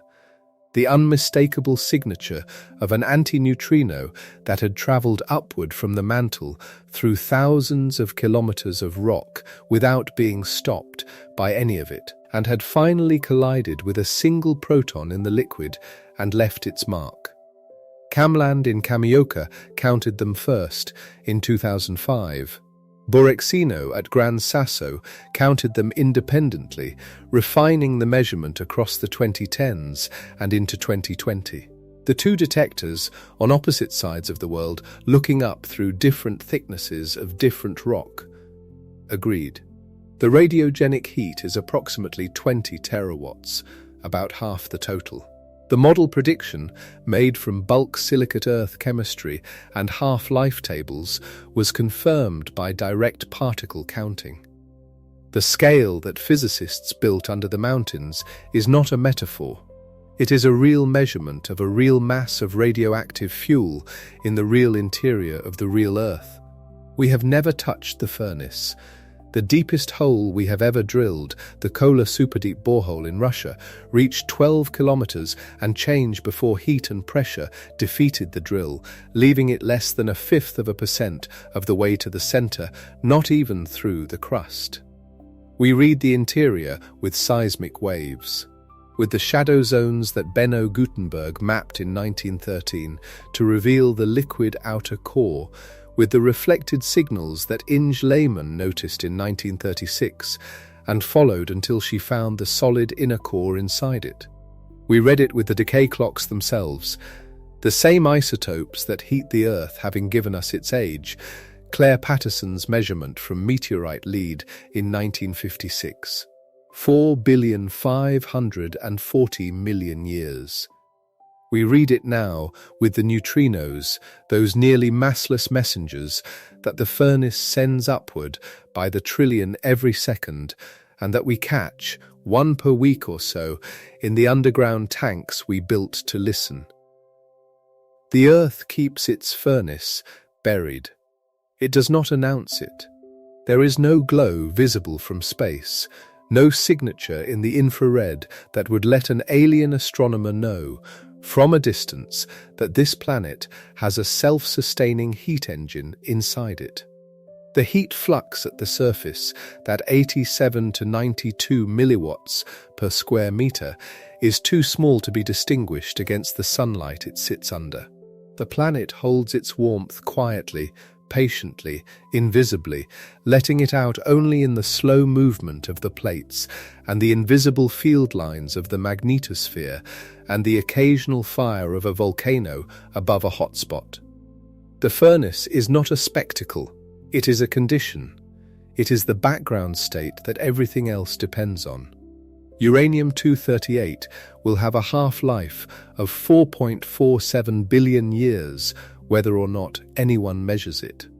Thorium-232 will take 14 billion years to exhaust half its store, whether or not any detector is ever pointed at its signal. These clocks do not know they are being watched. They do not know there is anything to watch. They decay because nuclei decay, because the strong force and the weak force balance as they do, because the particular arrangement of protons and neutrons in those specific atoms is not quite stable, and so over vast stretches of time they rearrange themselves into something that is. The heat is a byproduct. The geoneutrinos are a byproduct. The convecting mantle and the drifting plates and the geodynamo and the magnetic shield and the thick blue atmosphere and the liquid water and the deep sea vents and the creatures that live there, all of this is downstream of a nuclear process in a rock that has never been seen and never will be seen, happening in the dark, in the heat and pressure of the deep earth, at a rate that barely changes across a human lifetime or a civilization or even an epoch. Sit with that for a moment, if you can, not as an abstraction, as the actual situation. The rock beneath this building is right now releasing heat that was stored there before your country existed, before any country existed, before the species existed. It is releasing it slowly, steadily, in the way that thorium and uranium release it, one decay event at a time, one nucleus at a time. Each event releasing a burst of energy small, beyond measurement. Each burst warming the rock by a fraction no thermometer could detect. The accumulation of billions upon billions of such events over billions of years, building to the 44 trillion watts that keep the surface alive. The planet is patient in a way that makes the word patient feel inadequate. It is not patient in the way a person is patient, waiting for something to happen. It is patient in the way that physics is patient, without effort, without intention, without urgency, simply running at the rate it runs, maintaining the conditions it maintains, doing what it does. And those conditions include you. They include the atmosphere you breathe, thick enough, because the magnetic shield has preserved it across billions of years of solar wind. They include the moderate climate, stabilized in part by the geological carbon cycle, itself driven by the plate tectonics that the buried heat runs. They include the water in the oceans, still here in liquid form, because the surface temperature falls within the window where water is a liquid and not ice or steam. A window that requires an atmosphere, which requires a shield, which requires a dynamo, which requires a heat engine, which requires uranium and thorium still decaying in the mantle rock beneath your feet. You are not separate from the furnace, you are an outcome of it. One of the outcomes among many possible ones on a world that happened to be large enough to keep its heat, that happened to have the right abundance of heat producing isotopes. That happened to form where it formed, and that has been running its buried engine with a kind of absolute reliability for 4.5 billion years without interruption or pause. Mars never made it this far. Mars had its chance, and the geometry of its smaller body meant it ran out of time before life, if life ever started there at all, had long enough to do what life did here. We carry, in our exploration of Mars, a quiet understanding of what we are looking at. Not just a dead world. A world that ran its furnace for a while and then let it go too quiet to sustain the conditions that might have let something like us happen there. The InSight seismometer, listening to the faint trembling of the Martian interior. The MAVEN instruments measuring the thin atoms of atmosphere escaping at the top, the ancient remnant magnetism frozen in the highland rocks. These are the records of a furnace that burned and dimmed and left its planet at the mercy of space. This planet has not dimmed. Not yet. It is cooling, it will always be cooling, the primordial heat is finite, and even thorium's 14-billion-year clock will reach its halfway point eventually, but for now, in the present geological moment, the furnace burns at a rate that has changed by only a small fraction across all of human history. That will change by only a small fraction across all of human history still to come. The planet is patient. The decay rates are fixed. The heat will keep flowing outward through the rock for longer than the sun will remain as it is today. That is not a small thing to know. That physicists built tanks under mountains and waited for the ghost particles and counted a few dozen of them over years of watching, and from that counting confirmed a budget that explains why the surface of the Earth is alive. That is one of the more quietly remarkable facts about what this species has managed to learn in the time it has been here. The furnace beneath you is not dramatic, it does not announce itself. It hums along in the dark, in the heat and pressure of depths no instrument has ever directly visited, generating its trillion neutrinos per square centimeter per second. Keeping the mantle in its slow convective flow, keeping the outer core in its churning liquid motion, keeping the dynamo that keeps the field, that keeps the air. It has been doing this since before the moon was fully formed. It will be doing this long after any record of this night has dissolved. Rest, and the rock will still be warm beneath you. Rest, and the continents will still be drifting their few centimeters toward wherever they are going. Rest, and a trillion ghost particles will still be passing through you, upward from the deep earth, carrying their quiet signal from the nuclei of atoms that have been slowly rearranging themselves since before the first sunrise ever lit an ocean. That is what keeps the planet restless. A dual budget, half ancient and half ongoing, verified by particle physics and geology, and 4 billion years of continuing evidence at the surface. The buried furnace is real, it is measurable, and it is still burning.